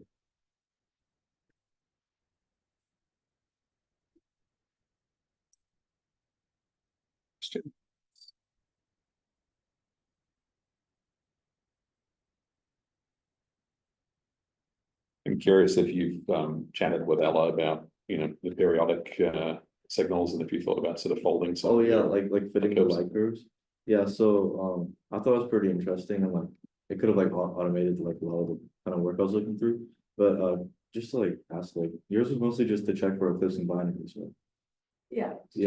Yeah. So that could also like be really helpful with looking through a bunch of the sets. But then again, like a lot of the light curves just aren't eclipsing binaries, but they're also not interesting. So you might be able to see if there's some periodicity there, or even if it's yeah, that's true as well, especially for like the other looking fine. Yeah. Great. Thank you. All right, thanks. Then our last presentation is from Kai, who's joining us online. Kai has a couple of weeks left in his project in Oxford, but kindly agreed to give us an update. So take it away. Oh, there we go. Hi, sorry, let me just switch on to giving spoilers away. Right, yes, hi. So I'm Kai. For you, those of you who haven't met me yet, I'm one of the Oxford interns, as Steve said. I'm going into my 4th year at Imperial College London, which is the master's year. And what I've been working on is an autoencoder for anomaly detection in green bank telescope data. And my supervisors are Chris Linsott from the University of Oxford and Steve, of course, from Berkeley. And so what's the motivation for my project? Well, of course, this has probably been mentioned. I unfortunately had to join late to this. But when we look at green bank telescope data, what we're looking for is a signal which is present on the on cadences and not in the off signals observations. And so, of course, this isn't an actual true signal. This is generated with SETIGEN. I think if this was a true signal, we would have all heard about this in the news.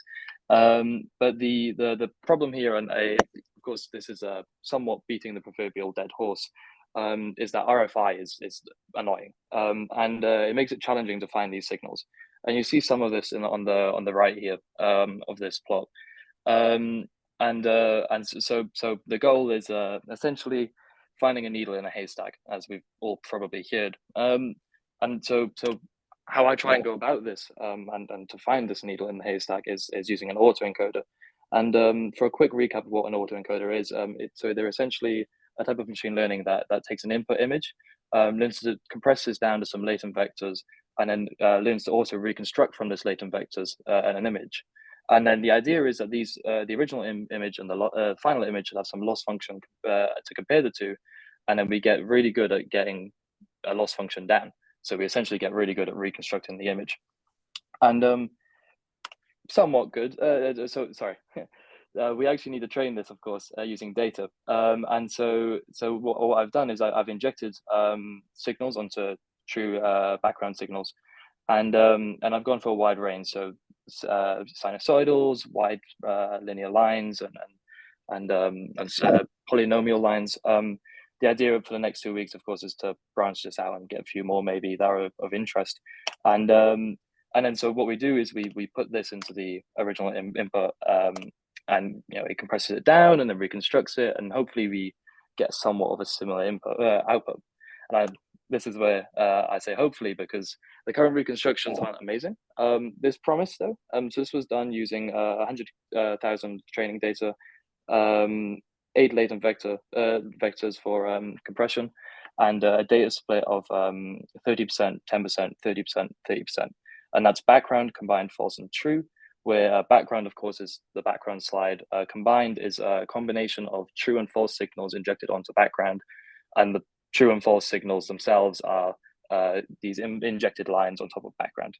And so it's somewhat learning to reconstruct these images. We see on the left, it's reconstructed that RFI quite well.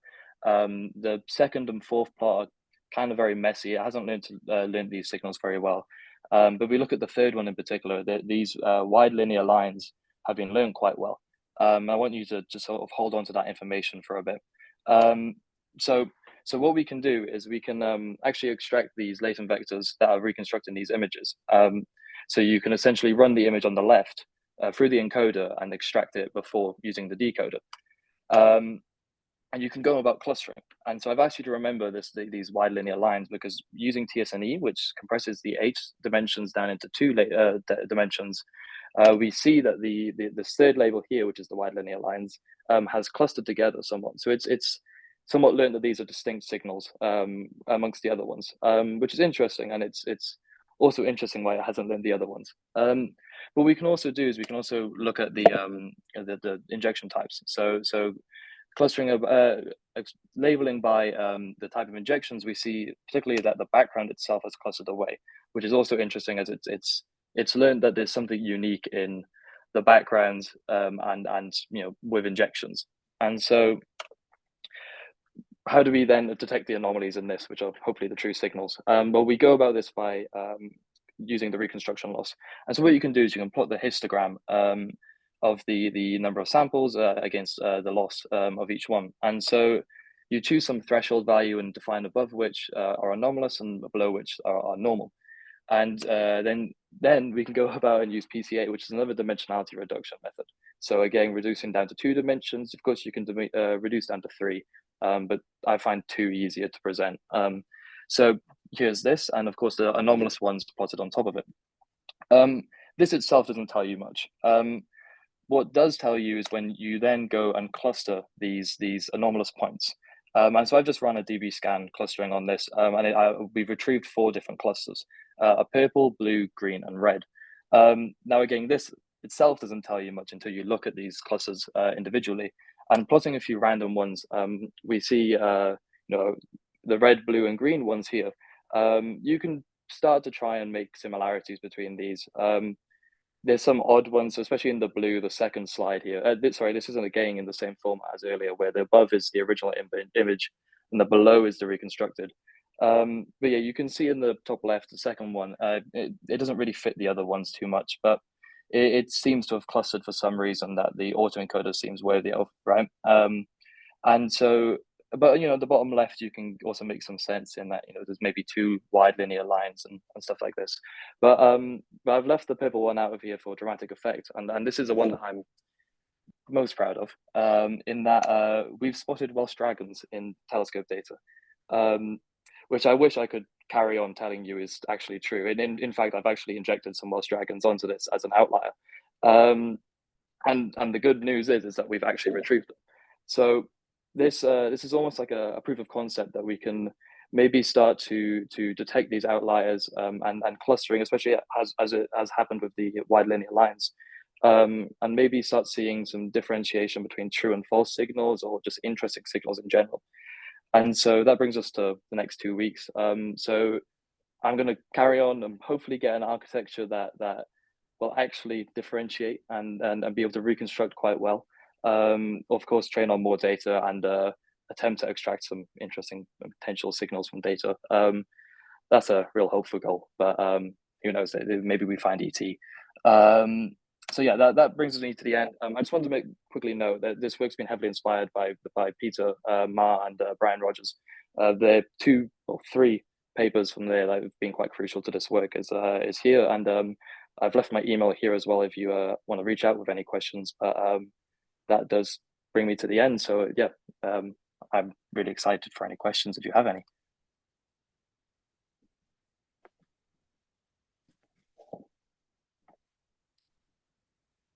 Thanks, Kai.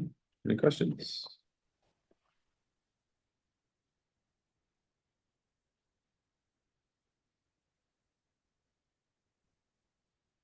All right, well, Kai, we look forward to seeing your final results. I guess you're going to be presenting there in Oxford to the rest of the students there in a couple of weeks.